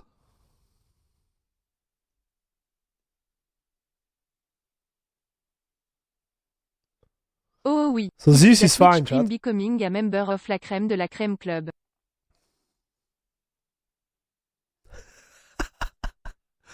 We go! Thank you very much for the 1 month on La Crème de la Crème Club, dude. Thank you. Welcome. Did you see this animation? Thanks for your support, dude.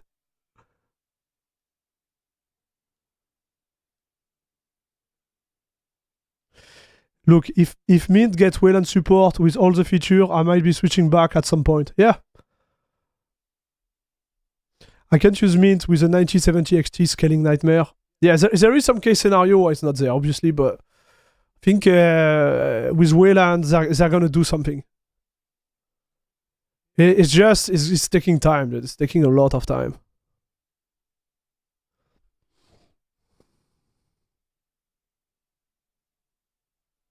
Steam Deck completely out of stock in the US, Canada, and Asia.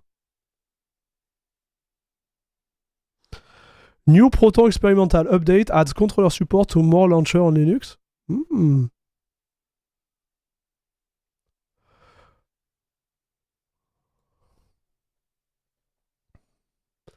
Fixed controller hot plug not working for 8BitDo Ultimate 2C and other controllers that expose multiple HID device. Oh, nice. This is good, that.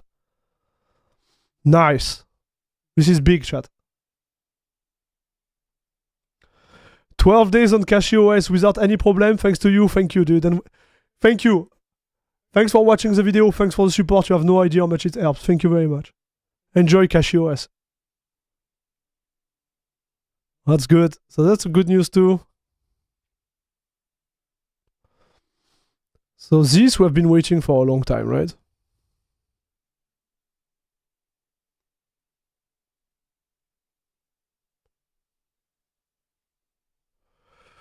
Mesa 26. Okay, so there is no real benchmark there. 2 weeks. Okay, so it's gonna be in May, chat. 6th of May. It's fine. You guys have to be patient, okay?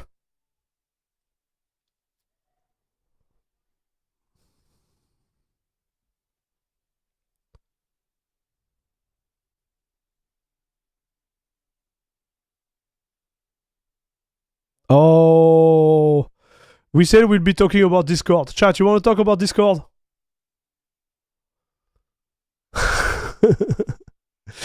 Uh-oh, the subject, chat. The touchy subject.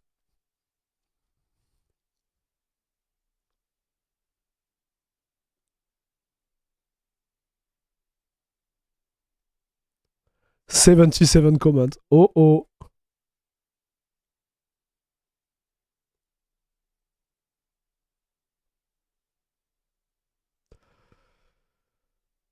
Oh, you want to talk about this, chat? Yeah, Mesa 26 is gonna be huge, chat. The improvement in ray tracing, like there is so many good things coming with Mesa 26. But again, we have to be patient. Let me blur this thing. Okay, let me blur this thing. Yeah. I'm gonna make myself a coffee, chat. I'm destroyed, okay? And we're gonna talk about that. I need to recharge. I don't know how long the stream is gonna be. I want to be honest with you. I'm still destroyed, and my voice start to like. So I'm gonna try to push it up with a coffee, and we'll talk about Discord. We'll see how it goes.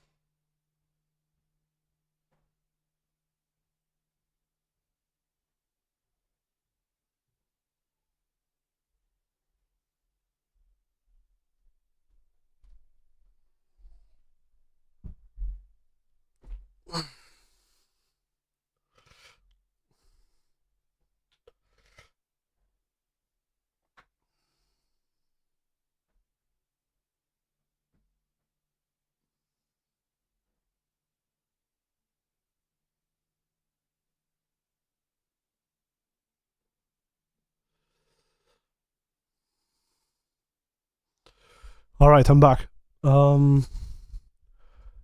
Yeah, nice. All right, chat. Sorry about this. I'm like, Mesa 26.1 is in May, but 26 in February. Oh, my bad. Good catch, El Snarko. Good catch. Recharge, brother. If you had to end the stream early, it's all good. You're still sick. Yeah, I'm still this. I don't know what's going on, man. I can't. Anyways, we'll be back. We'll be fine, dude.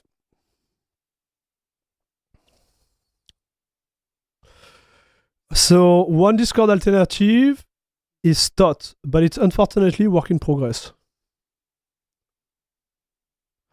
I'm currently using STOT. It's very much work in progress. It's nice to have Nitro feature without Nitro Pride, though. I'm pumped for GNOME 50 to better display feature and to distros that ship it. I think it will be good for gaming. Yeah, I agree too, Speedlab. Like, GNOME needs some love.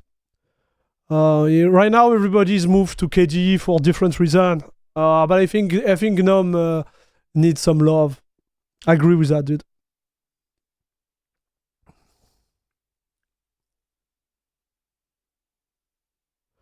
If they can figure out how the financial solution, I would pay. But right now, it's based on Ko-fi donation. Oof. So let's look around this. So what happened here is like Discord announced the 9th of February that in certain cases, so it's not clear. Like I still don't understand the whole purpose of this thing. So Discord have announced that beginning of March, they are starting a global rollout for forced age verification to access all the features of the platform. In an official post today, the Discord team noted that all accounts, so is it big enough, chat? Will end up as teens by default, with various restrictions in place unless you go through manual age verification process. It will be phased global rollout, meaning it will be done in stages, so not everyone will be affected right away, but it will begin in early March. Worth noting that at this point, Discord announced a breach back in October.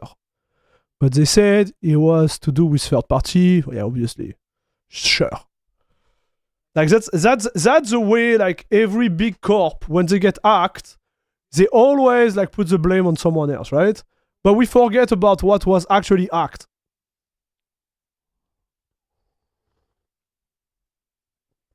This is irritating me, like, you have no idea, chat. But, like, okay. Of course. So, it did result in government ID for being exposed. Of course, it's not your fault. It's because of the third party, right? Like, come on. Like, come on, dude. Doubling down on ID storage, but can't security. Yeah, exactly. Like, what is this? How will you access all features? You will need to submit to facial age estimation tags that scan you, or submit an official form of accepted ID with more options coming in the future. And Discord will also be running an age inference model, a new system that run in the background to help determine whether an account belongs to an adult. Like, what is this, dude? Like, what is this? You may ending up being asked to use multiple methods to prove your age. Okay, this is what counts. So it's only on device processing. Video selfie for facial age estimation never leaves the user device. So how do they do that? Like, how do they analyze it if it doesn't leave the device? Identity documents submitted to our vendor partner are deleted quickly. Okay, so it does leave the device. Like, am I stupid, chat? Maybe I'm stupid, dude. I think I'm stupid.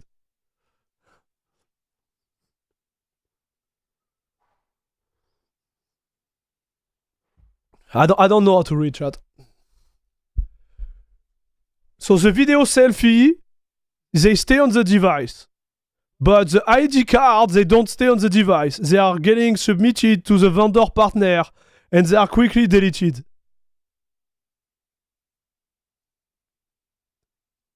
Right? Yeah, it's only if the video selfie is not enough. Okay, so we are aligned. So it's a way to say he doesn't leave the device. Like it's a way to like, man, like the way it's worded, it's like so cringe, chat.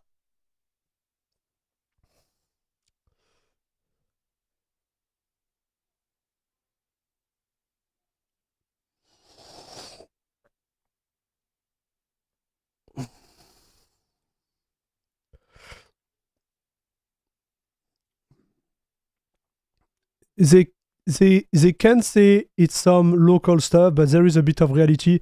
If you disable rich notification, the client still scan every program you open? No way.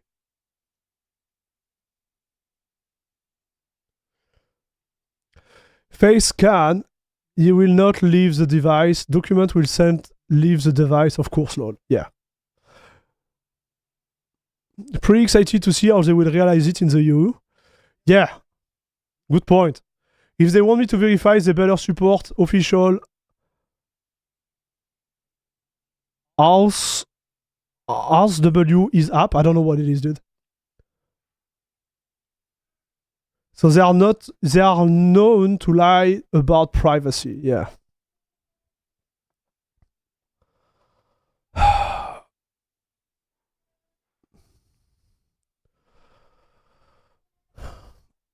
So, here is my take on that, chat. So, let's talk about us first. I think for our Discord, it should be fine, because we are not NSFW, right? Like, we are not 18 plus Discord. So, I didn't check yet, because I was destroyed, and it's something I added to my to-do list. But I don't think, like, our community is going to be impacted by that. But I can't guarantee it, because I didn't look at it. What I'm thinking though is like if you as a user, you are into one of those Discord who is 18 plus, they might ask you for the prompt and then you will be impacted. Right? This is how I understand it. Hello Hermonta, what's up?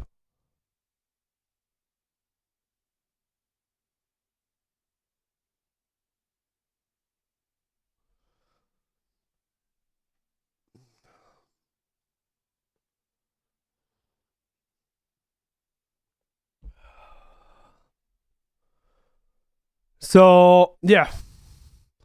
Then they did a communication. Okay? Discord have released some clarification. This comes as Google Trends show a huge increase of people looking for alternative across the world. Clearly, people aren't just sitting on their hands thinking all will be okay. In an updated announcement, the Discord team said that the majority of people can continue using Discord exactly as today without being asked to confirm their age. How then? Well, they are using an age inference model, a machine learning model, already in the background based on what you do and how you interact with Discord. This age gating system also only affects people who specifically want to access age-restricted server or who want to modify certain safety settings.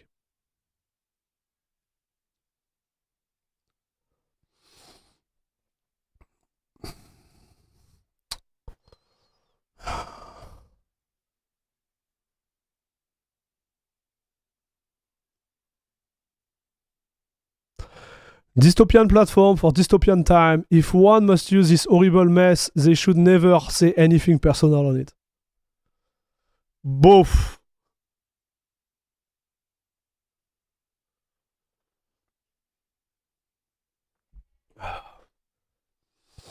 Unfortunately, we live in a time where user data is the most valuable currency available. True.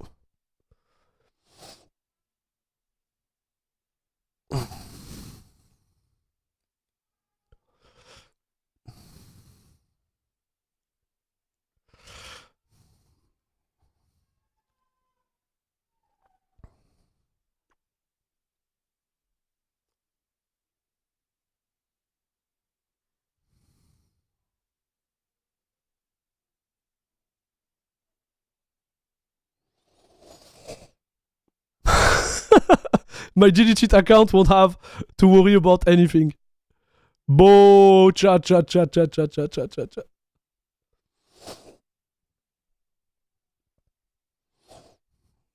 So we have Matrix Okay, so what is Matrix, chat? I never use Matrix. Oh wow, okay.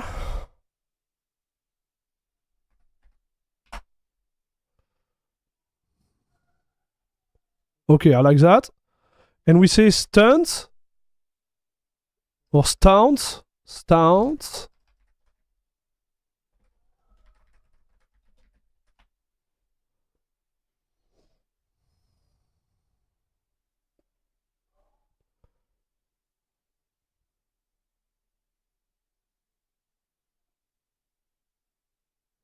Oh no. HRF Jude got banned from the channel. Oh no, dude, what did you send? I'm gonna try to unban you, brother. It's just my bot is violent, so I'm sorry about this.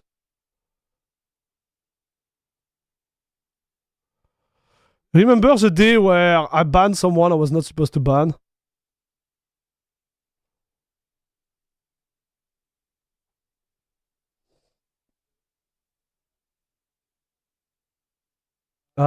I can't unban you?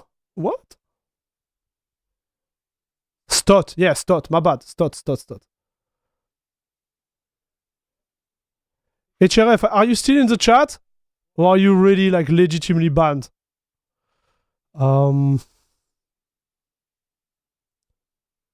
Yeah, I don't know what happened in chat.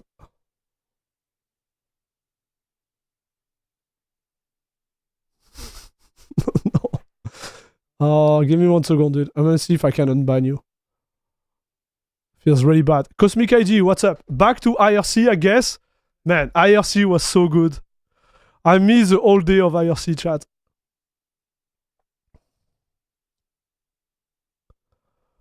Okay, brother, I can't unban you. I don't know what's going on here.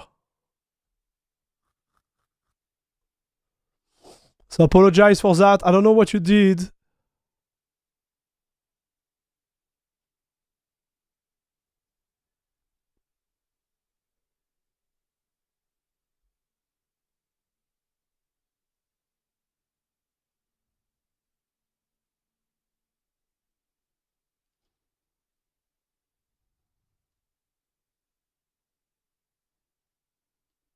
Okay, so I know how to ban, but I don't know how to unban. So, HRF Jude, I'm really sorry about this.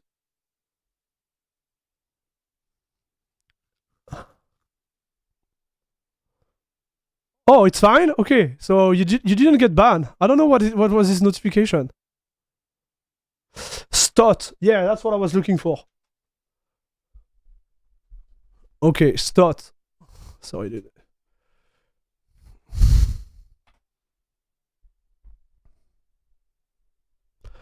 Oh, it's Revolt. They changed the name.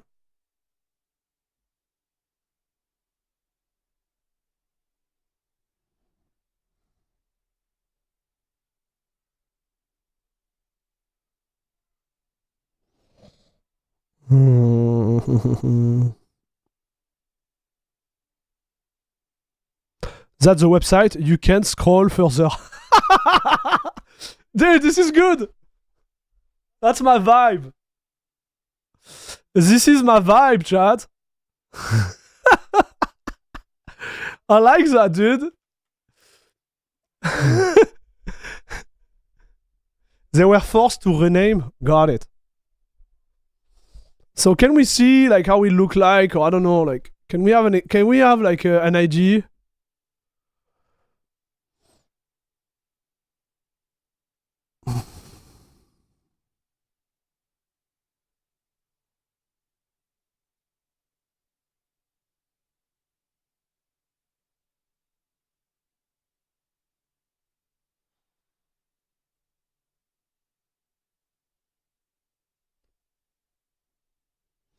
Oh, you still need to create. Okay, got it. I got it. Trust.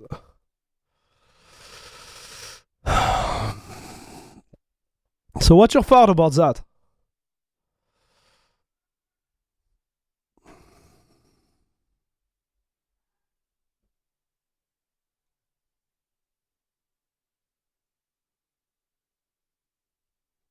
You basically look like Discord. Okay.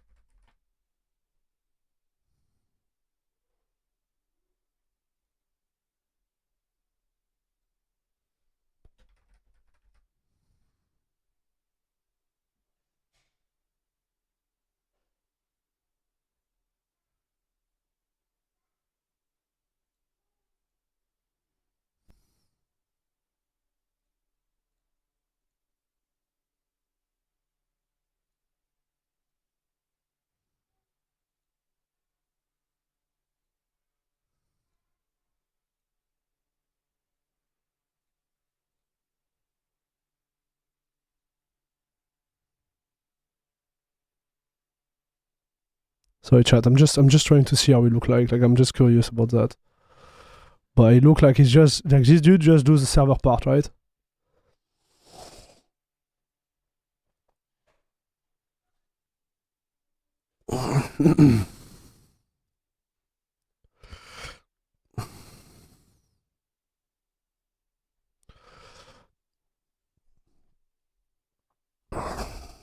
It need work.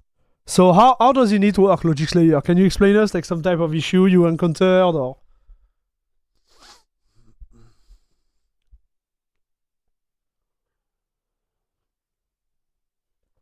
Linux Discord alternative video incoming soon. I don't know. So listen, I'm gonna give you my take before we look at the alternative. I think those guys at Discord, they're gonna have to pedal back.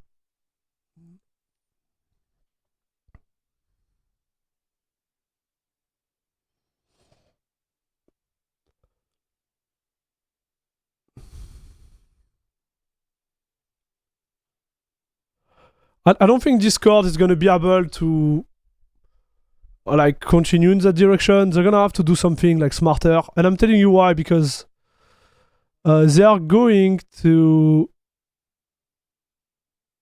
roomy space. What is this?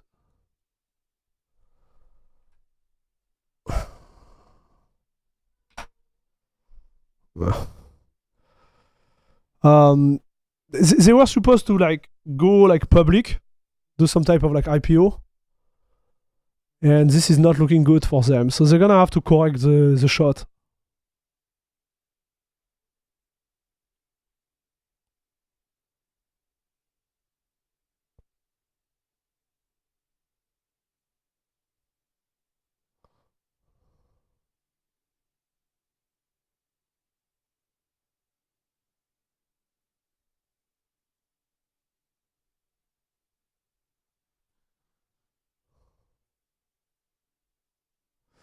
I also think like most of the people, they won't move either.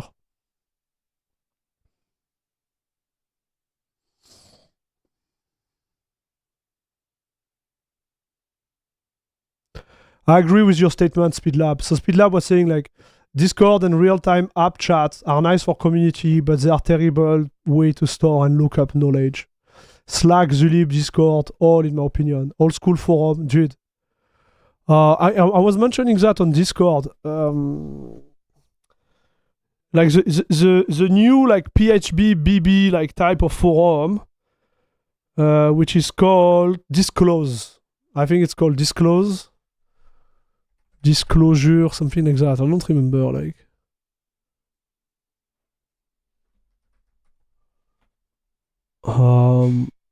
I don't.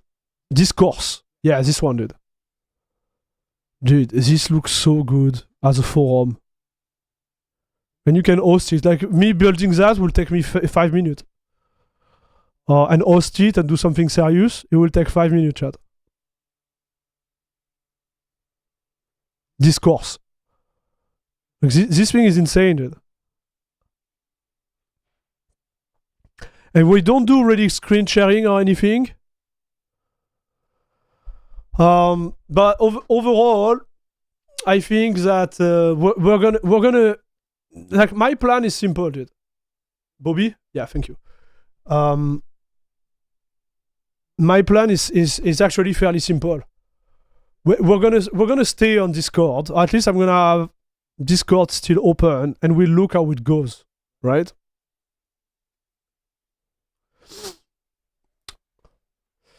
Okay, so Logic Slayer answered my question. Basic functions are missing. No webcam, no screen share, notification sound are non-existent. Oh. Oh.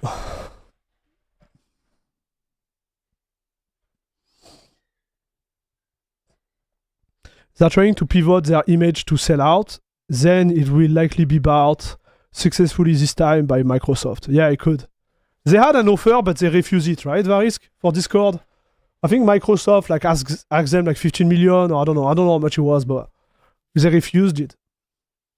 But like if you start an IPO and you start with a bad news like that, you know it's gonna hit. Especially in the financial market, how they are built right now. Even if they show like some type of like net profit,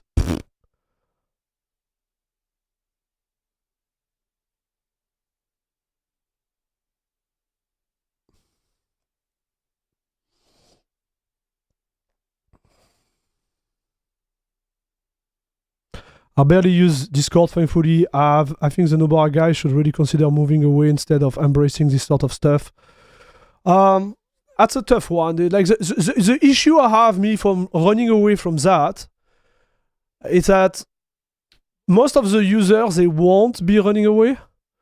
So you as a, you know, like administrator, you say, okay, we cut Discord from a ideological standpoint, kind of, and then you cut people from your community who doesn't want to do the alternative.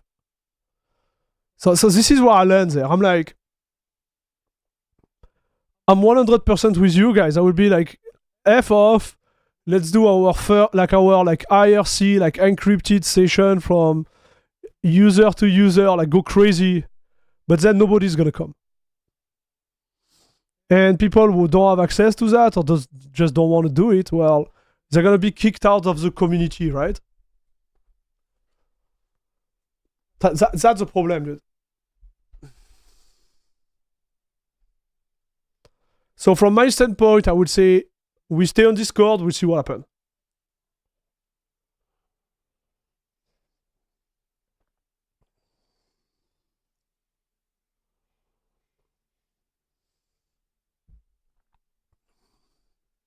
Yeah, but they introduced the idea of using Discord communities themselves in the first place. I remember when I first used Nobara, I was wondering why, unlike other distro, I had to join a Discord. Ah, I get it. Yeah, so maybe, I don't know if they have a forum. I don't know. It's a tough subject, right? On paper, the distro, like, so I don't want to talk for Glory Segro, like it's his decision, right? Me, I'm talking for my community. Discord is great for me because it alleviates some of my work. I don't have to think about moderating a forum. I don't have to think about the update of the forum. I don't have to maintain it, right? It's just there. I created the channel. We can chat. It's all done on the back. So this is just my perspective, right?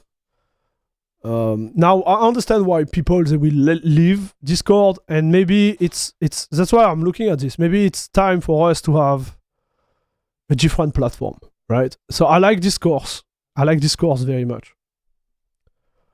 This is my vibe, definitively. It's searchable on internet. It has good like everything is there. For me, like for what we are doing, I think it's cool. But it's more work, right? Like it's a lot of work.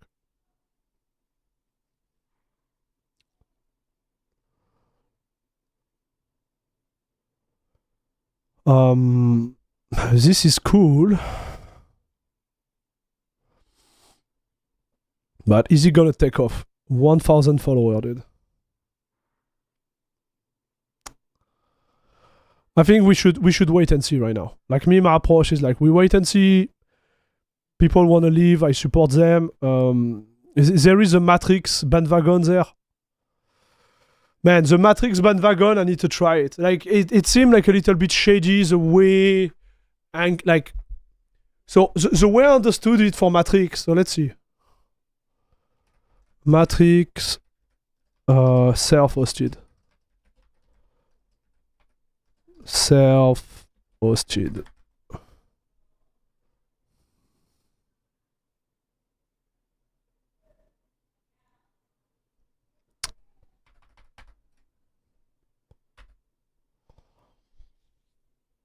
So everyone can host their Matrix server. These are providers, the Matrix. Okay. Matrix could be described as what happened when email, instant messaging, and encryption meet. To be able to use Matrix, you need a Matrix account, which is provided by a provider. The Matrix account identifier look like username at. People on different providers can talk to another. In same way, you can send email. Okay. Matrix is the largest free provider on Matrix account. Many people have identifier like, okay.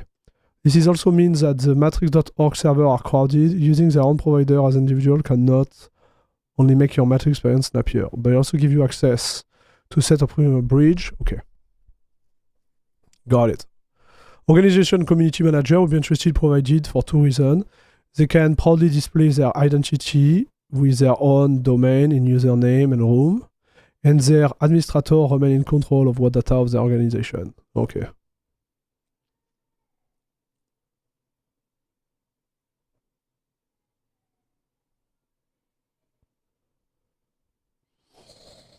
Okay, so me, I would like to understand how the data persists throughout the server, right? How does it work?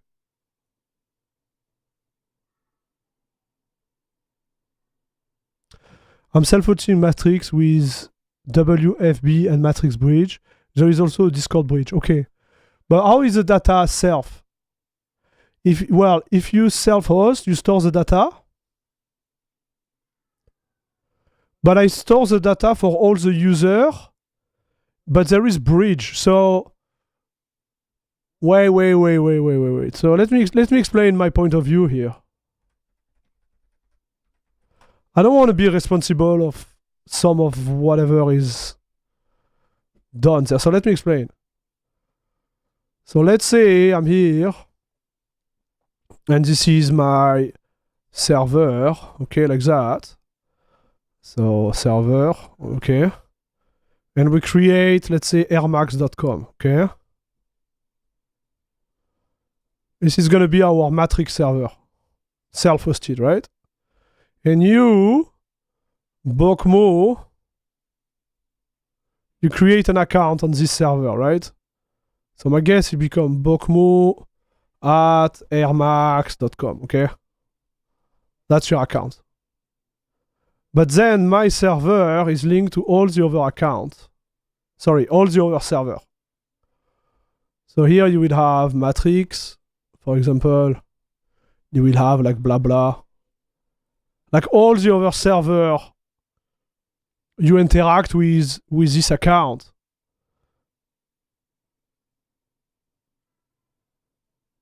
So now the question is,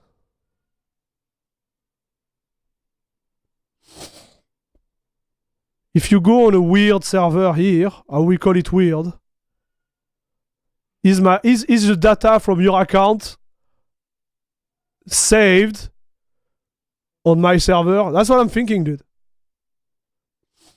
Because then it create a huge liability problem for me, right?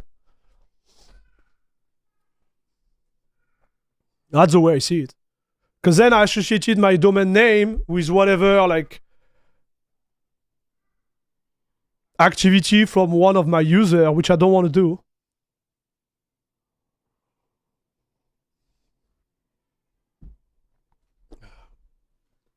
So I need to understand how it works before even thinking about it. Right?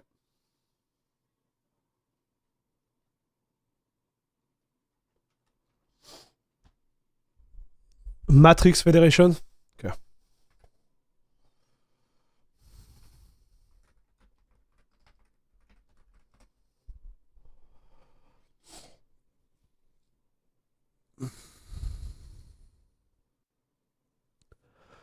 Matrix Federation, the mechanisms that enable decentralized secure communication.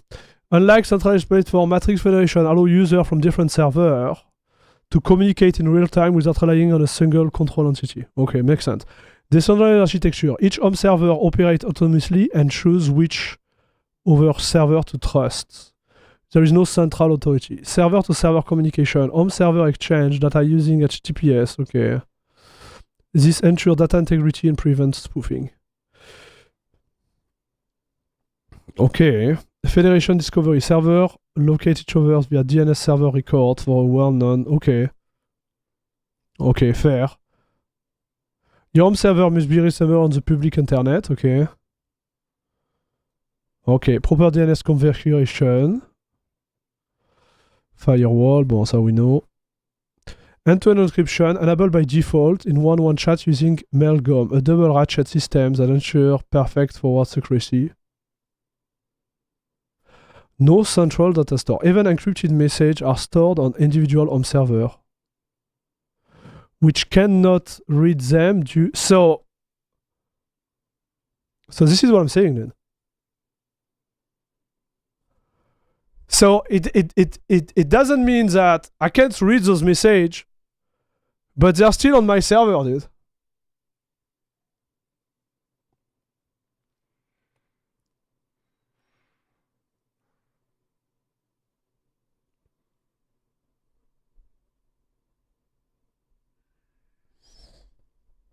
Matrix to me has always been a thing for mega corpo who don't trust each other to have their employee chat together.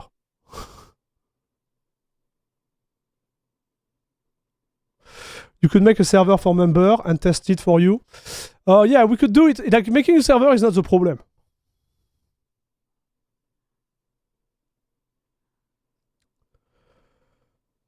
The problem is, like, because it's federated, it means that someone with an account created on my server could interact with the other server, right? But then whatever interaction they have, if they are connected to a weird server with weird content, is going to be saved on my server.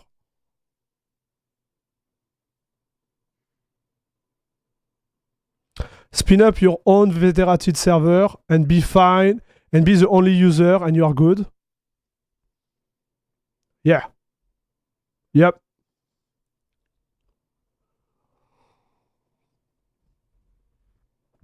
Yeah, I will be the ID, right?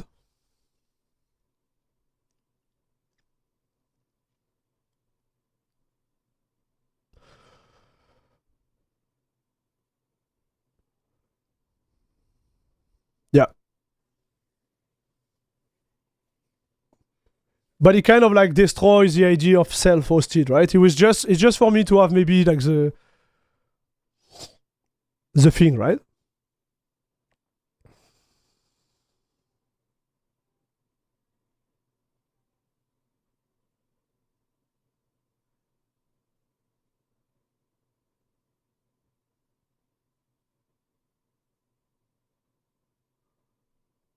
Yeah, I agree with that too, Speedlab. I agree with it. Agree with that. So I don't know, dude. I think right now we're gonna let it this way, and then we'll kind of manage.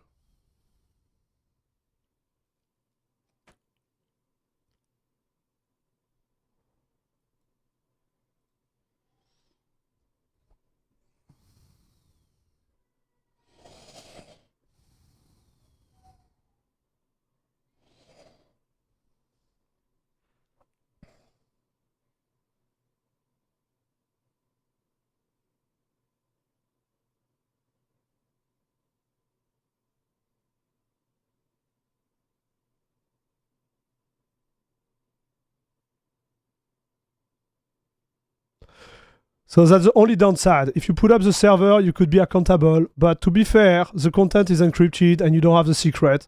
So you are only theoretical accountable. Fair. You mentioned something about free hosting for a discourse forum. Yeah, so if you are interested in discourse, nothing is on the plan right now. Like, I don't want to make false promising, right? But we could get a discourse forum for free because we have enough supporters on Patreon.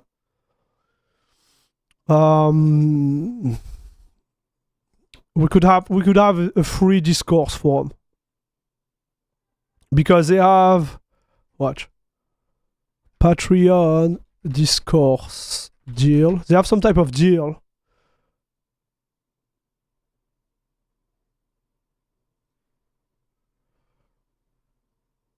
If you have a Patreon which is above a certain amount of $1 a month, I think it's $50 a month. So we are there.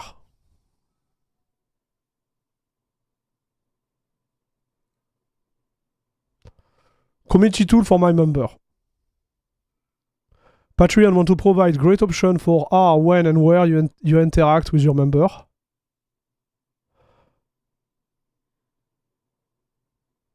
You see, it's free up to 50,000 page view.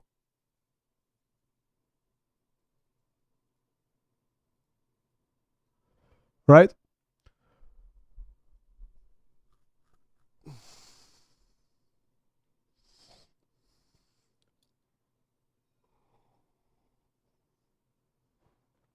Yeah, exactly, Steven. Like the idea is like how much time we want to get there and how big is gonna be for us.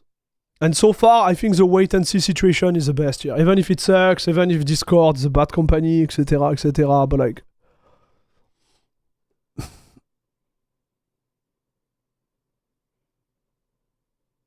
there is no point of like moving things around for now. In my opinion. It's too early, chat.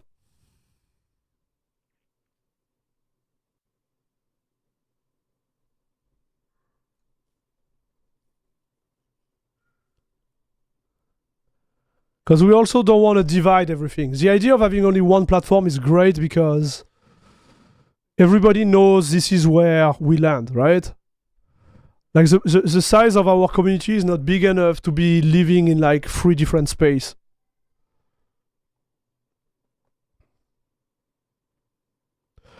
Question is, would you need active moderation on discourse? No, I don't think we need moderation.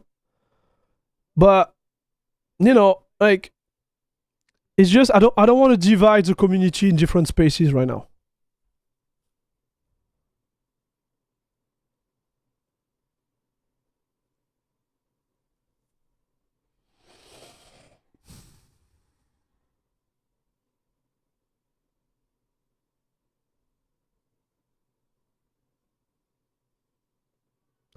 What? Overwatch return on February 10 with the 2 gone and some massive upgrade? What? So it's not Overwatch 2 anymore? Dude. Okay, we need to try that, no? Okay, now I want to try, chat.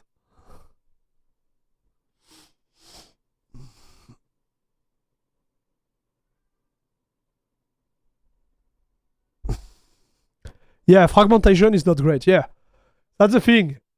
I think for us, we're gonna try to lock up on Discord, and I don't know. Time will tell, dude.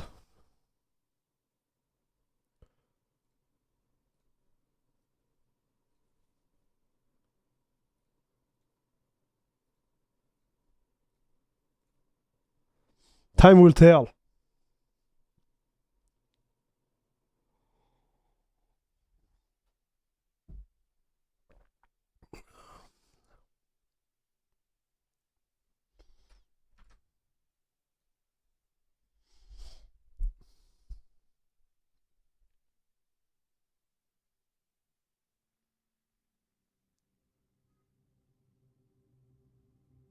I feel you. I have a local card gaming community where I admin the Discord server.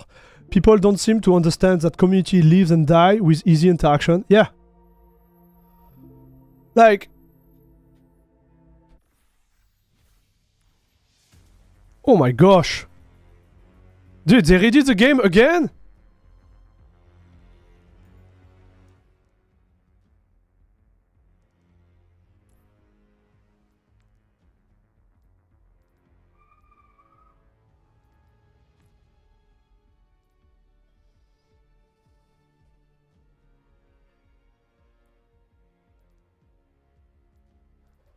Okay, this look good. It didn't change my settings.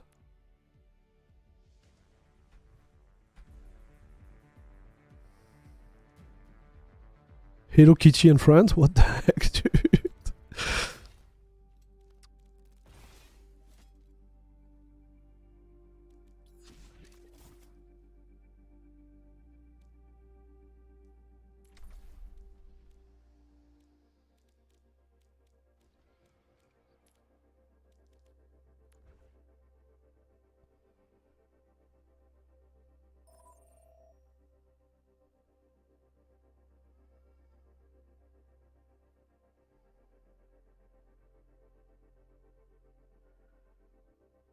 Step 1 is everyone on their own start setting up account everywhere. Yeah.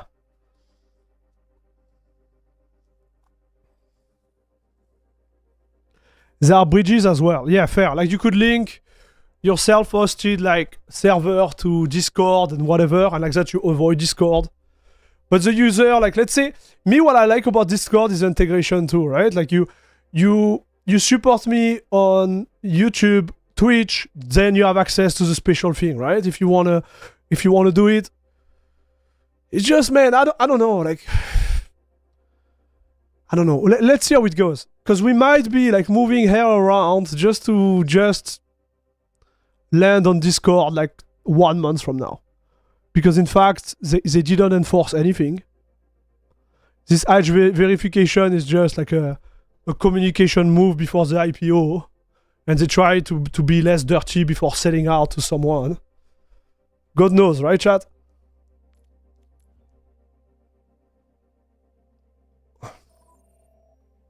Salut Finlay, what's up? I don't know how to pronounce your name. Finn Le Yardov, what's up? So can we play or like how does it work, this story?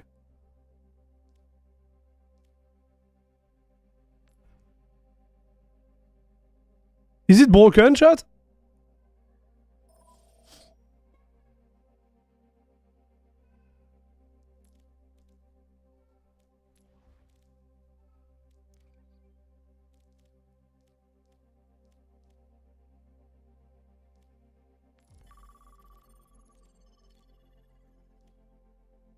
Doesn't seem to work very well, huh?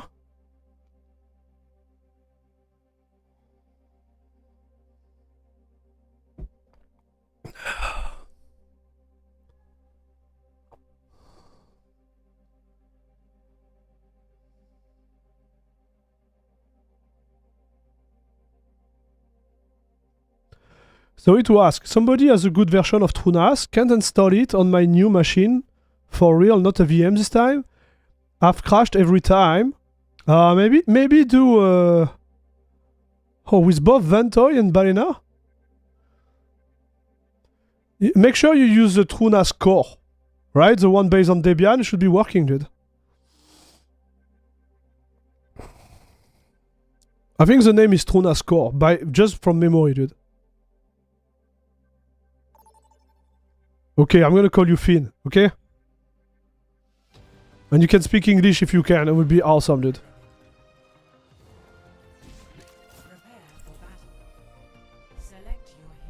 Okay, so let's see how it goes.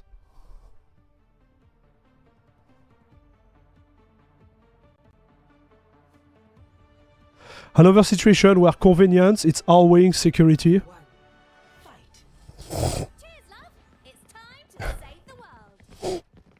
Damn, I just have 500 FPS.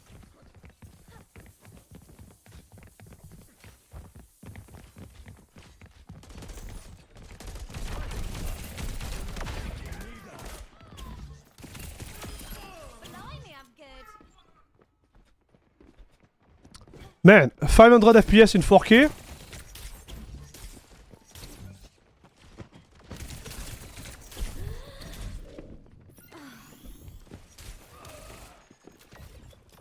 I don't know this map, I don't know what I'm doing.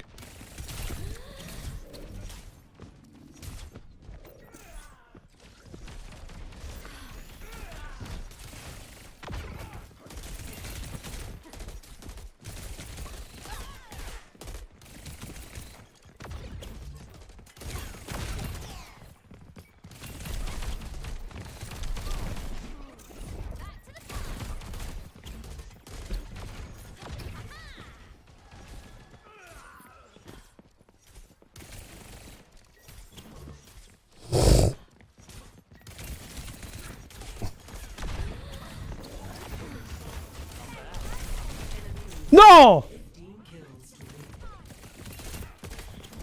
Dude! Oh, I got stolen so hard!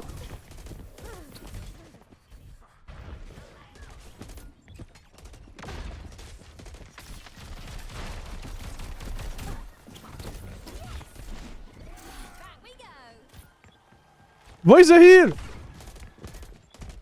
Okay, I got it.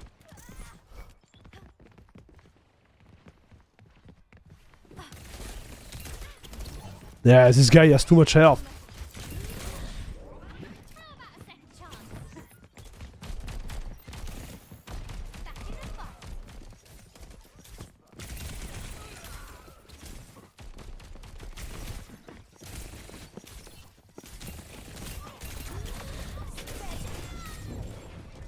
Darn, I missed. Overwatch is a game? Yeah, what do you think it was, dude? Oh, there is no Trunas core. They merged it to Trunas Community Edition. You see, thank you very much for telling me. But long story short, there is one version based on FreeBSD and the other based on Debian.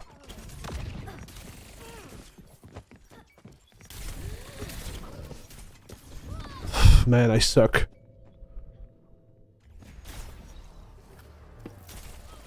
I'm getting owned, dude.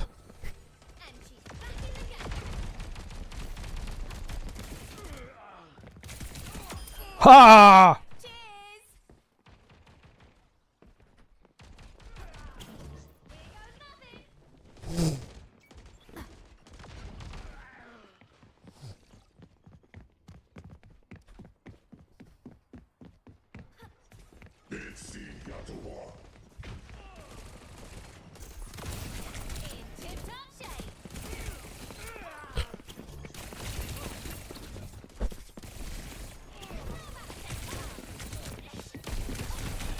No! Dude!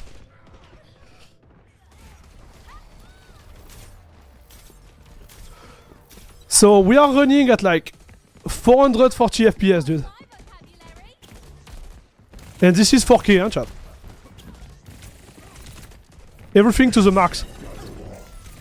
Oh no no no no no no no!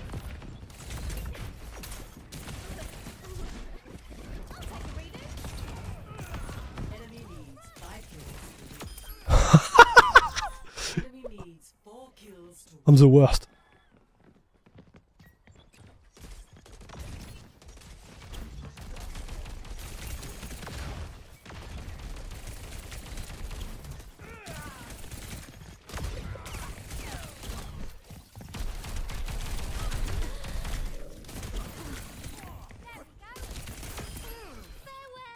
Steal it from you.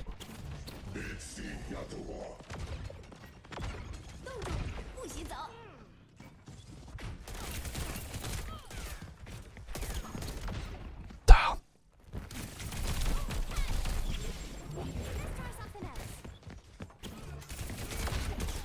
How did he even die? Oh! No!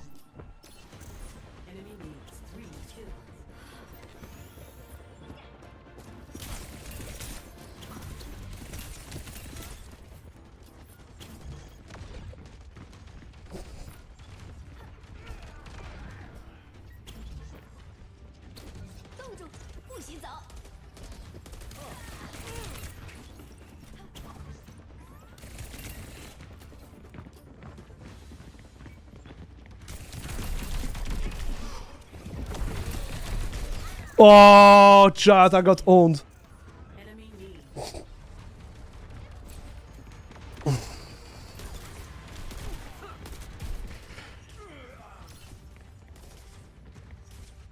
Only the Enterprise Edition has FreeBSD as an option. Oh, got it. Okay.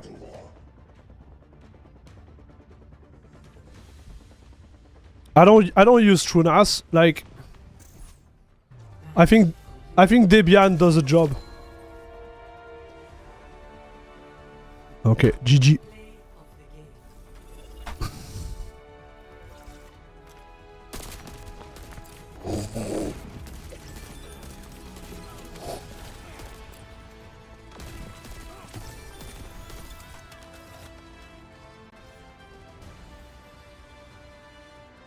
Okay, I can't GG, dude.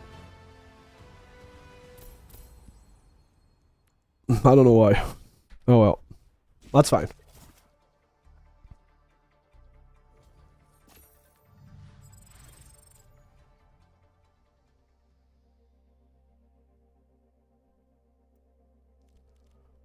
So here what I would like to do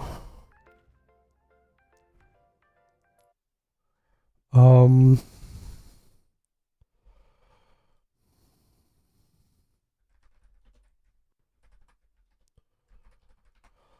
gonna force Wayland just for the lols.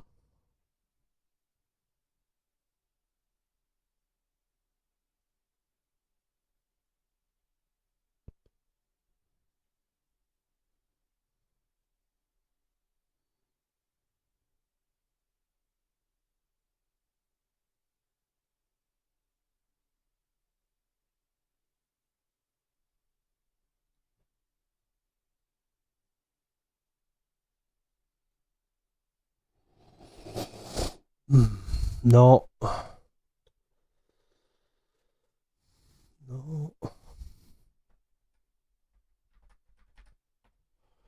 I don't remember what it is, chat.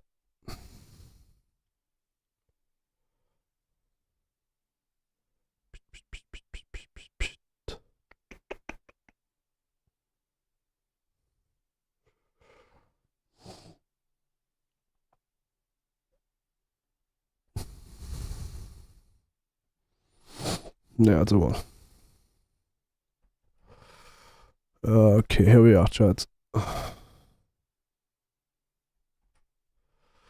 Ba-ba-ba-ba-bum.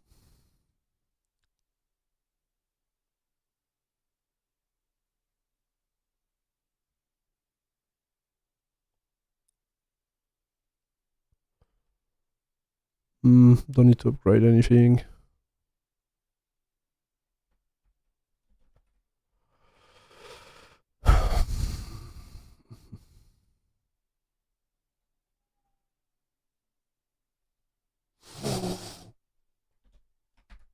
It's weird, like they don't talk about LG preload.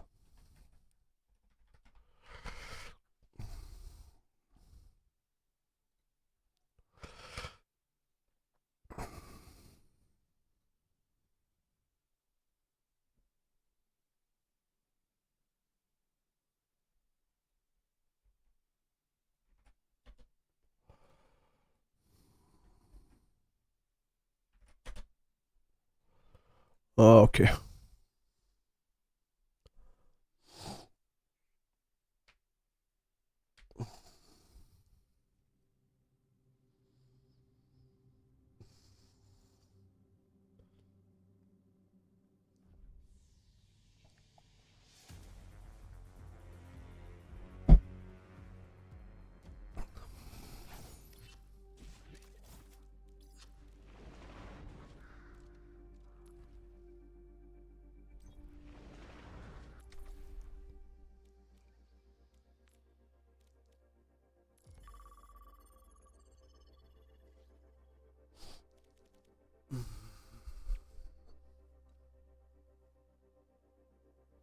How is it on the stream, chat?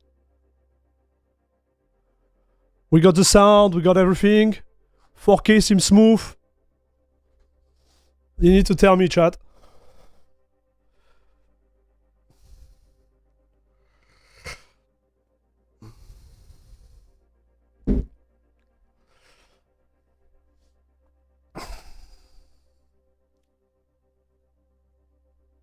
Bomba? Nice.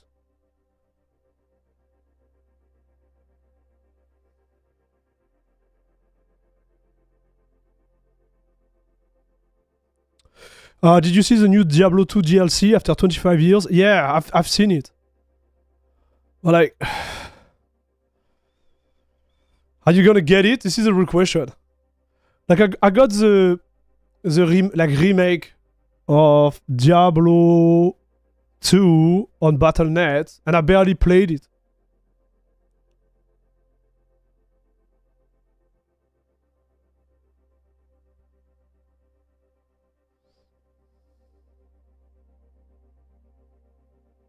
You bought it. You bought the DLC.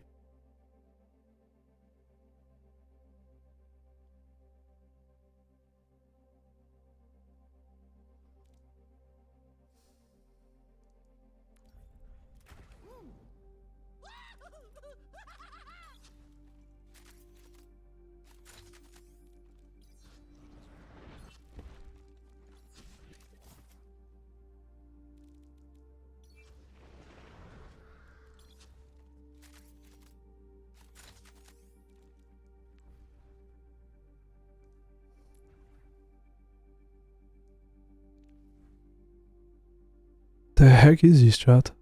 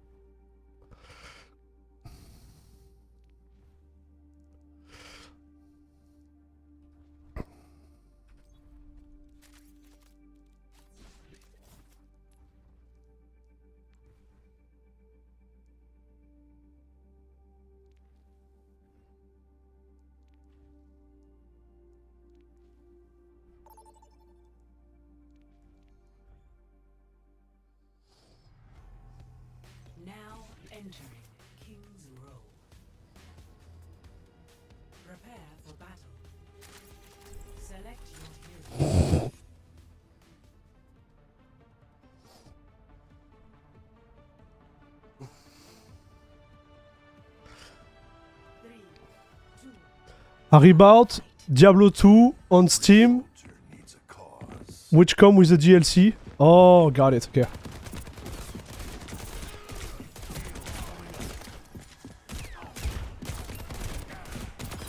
It's not dead. Like.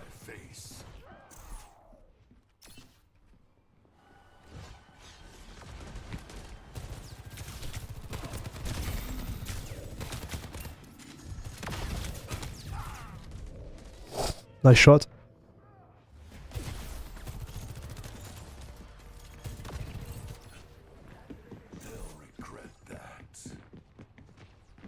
Man, 500 FPS in 4K, it's still insane to me, chat.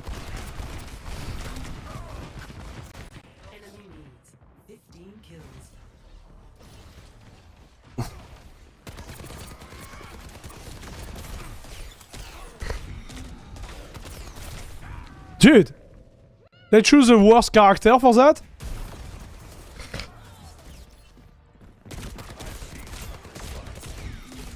Yeah.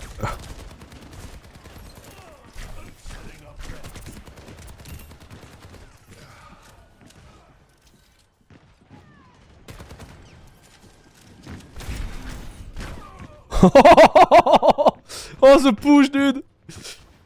He hurt me, his push, chat.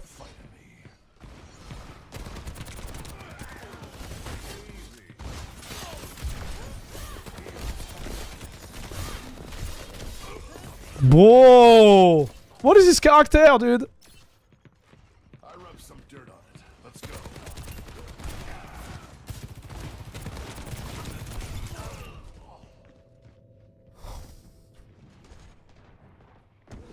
I need to get the last kill, like this is... Man! They can't get away with this.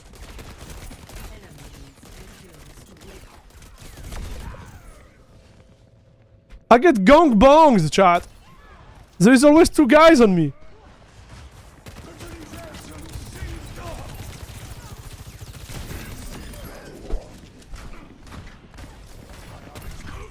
Man! I'm getting farmed!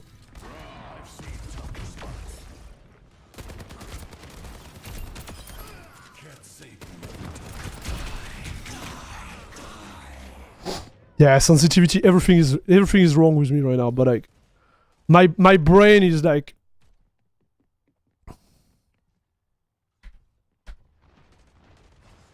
no, it's too low there.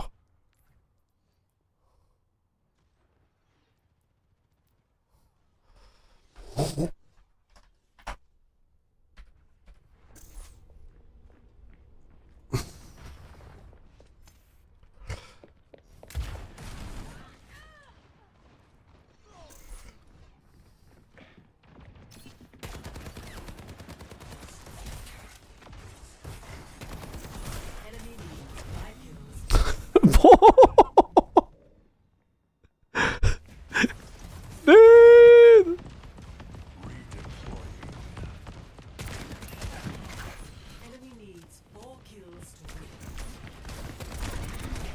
This guy is just farming me, chat.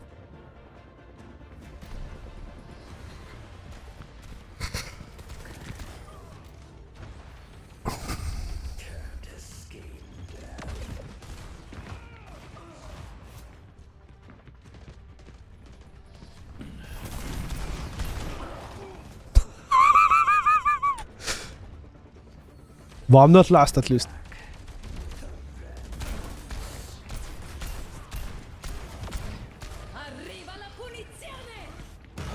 Arriva la punizione, but...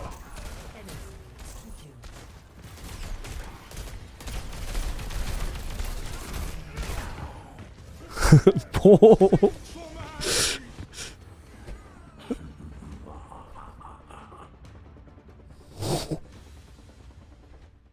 Doesn't feel right.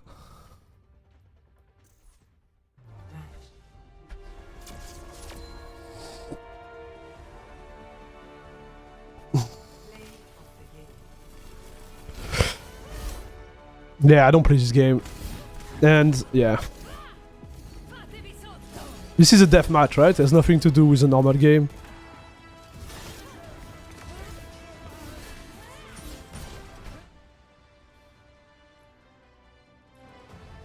I just want to try, right? See how the game perform, right? Perform really well.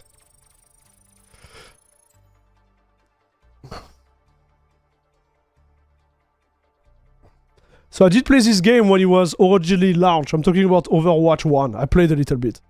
And then I never played again. It's not my type of game.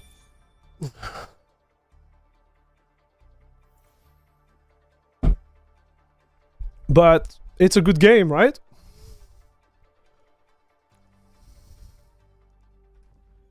I believe it's a good game.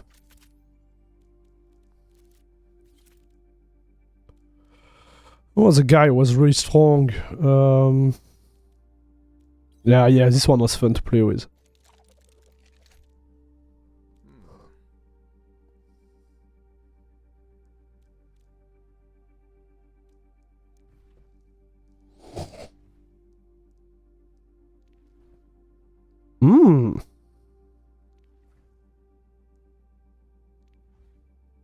Mystery Man. Dude, this one look awesome, no? I don't know why I have those. I don't remember spending money on this game. This one, she's French, I believe. Whoa, whoa, whoa, whoa, whoa, whoa, whoa, whoa, whoa, whoa.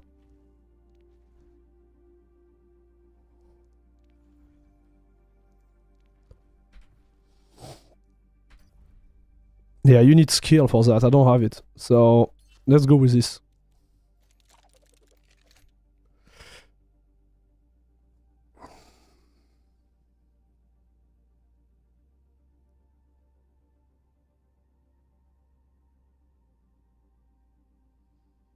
Deathmatch is a one true mode. Fair.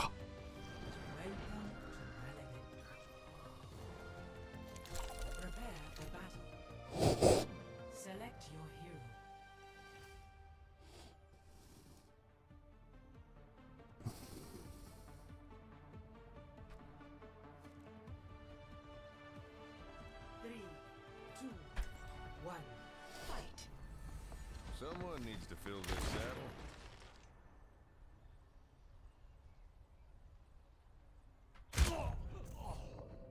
Okay.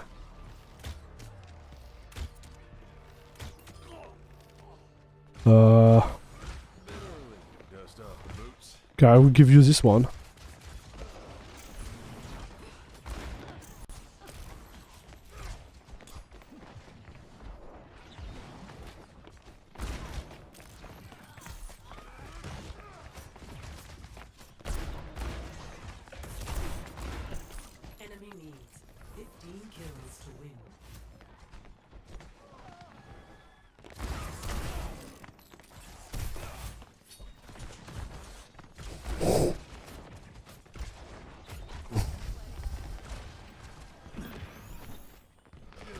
Doctor ordered.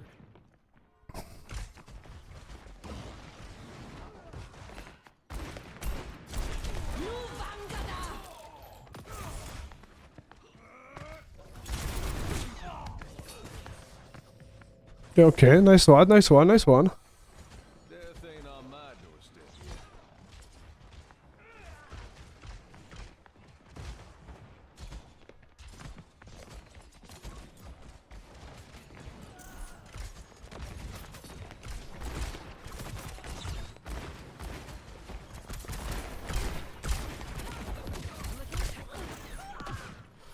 Something is odd with my mouse. I don't know why.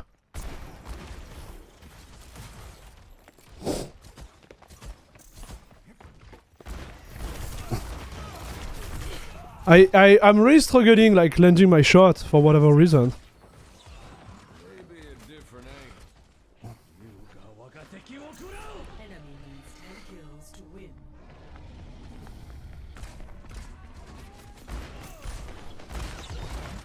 Yeah.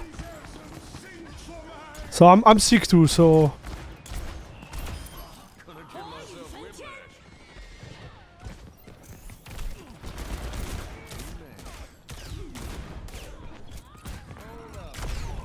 Nice shot. Could be the mouse too, dude.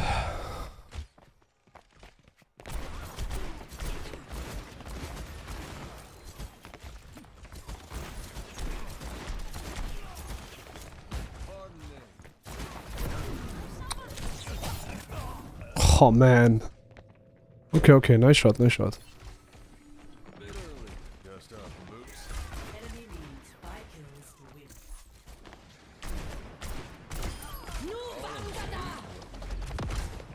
I think it's because I'm sick, dude. My brain is like... The heck was this, dude?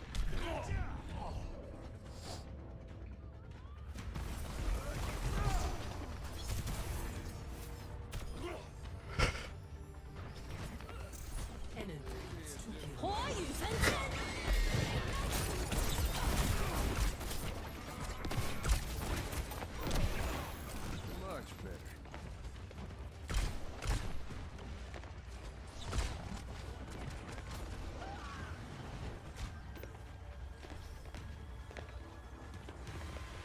I need to use my shift to... I don't know... 5 seconds, okay. Cooldown is 5 seconds on it.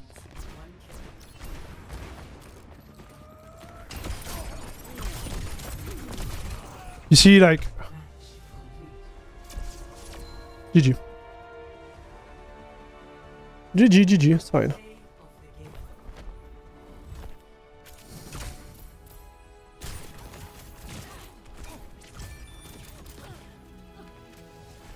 You could try Reflex Arena. Is it a mod within this game or what?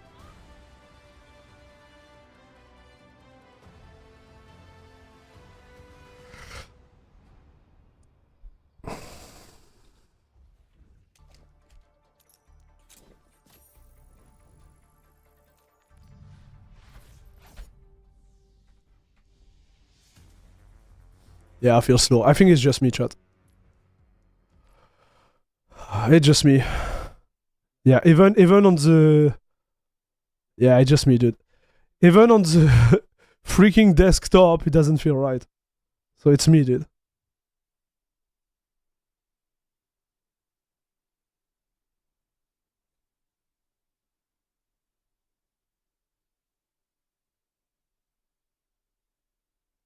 Yeah. It's me.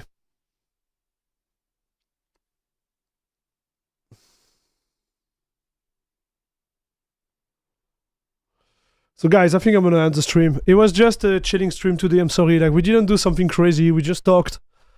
Hopefully I'm gonna be able to push a video next week. Like, I'm gonna be able to speak a little bit normally. And not sound like that. Are you using your 16 years old Matt's cat mouse again? Could be, dude. Nice one, nice little reference. Nice little reference. But chat, I'm out.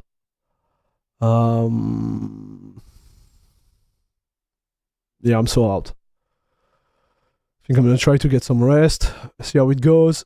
Guys, thank you very much for the support. We got some donation, we got some new member on Twitch. Really appreciate it, chat. What, did I miss something else? We got a gifted membership also on YouTube.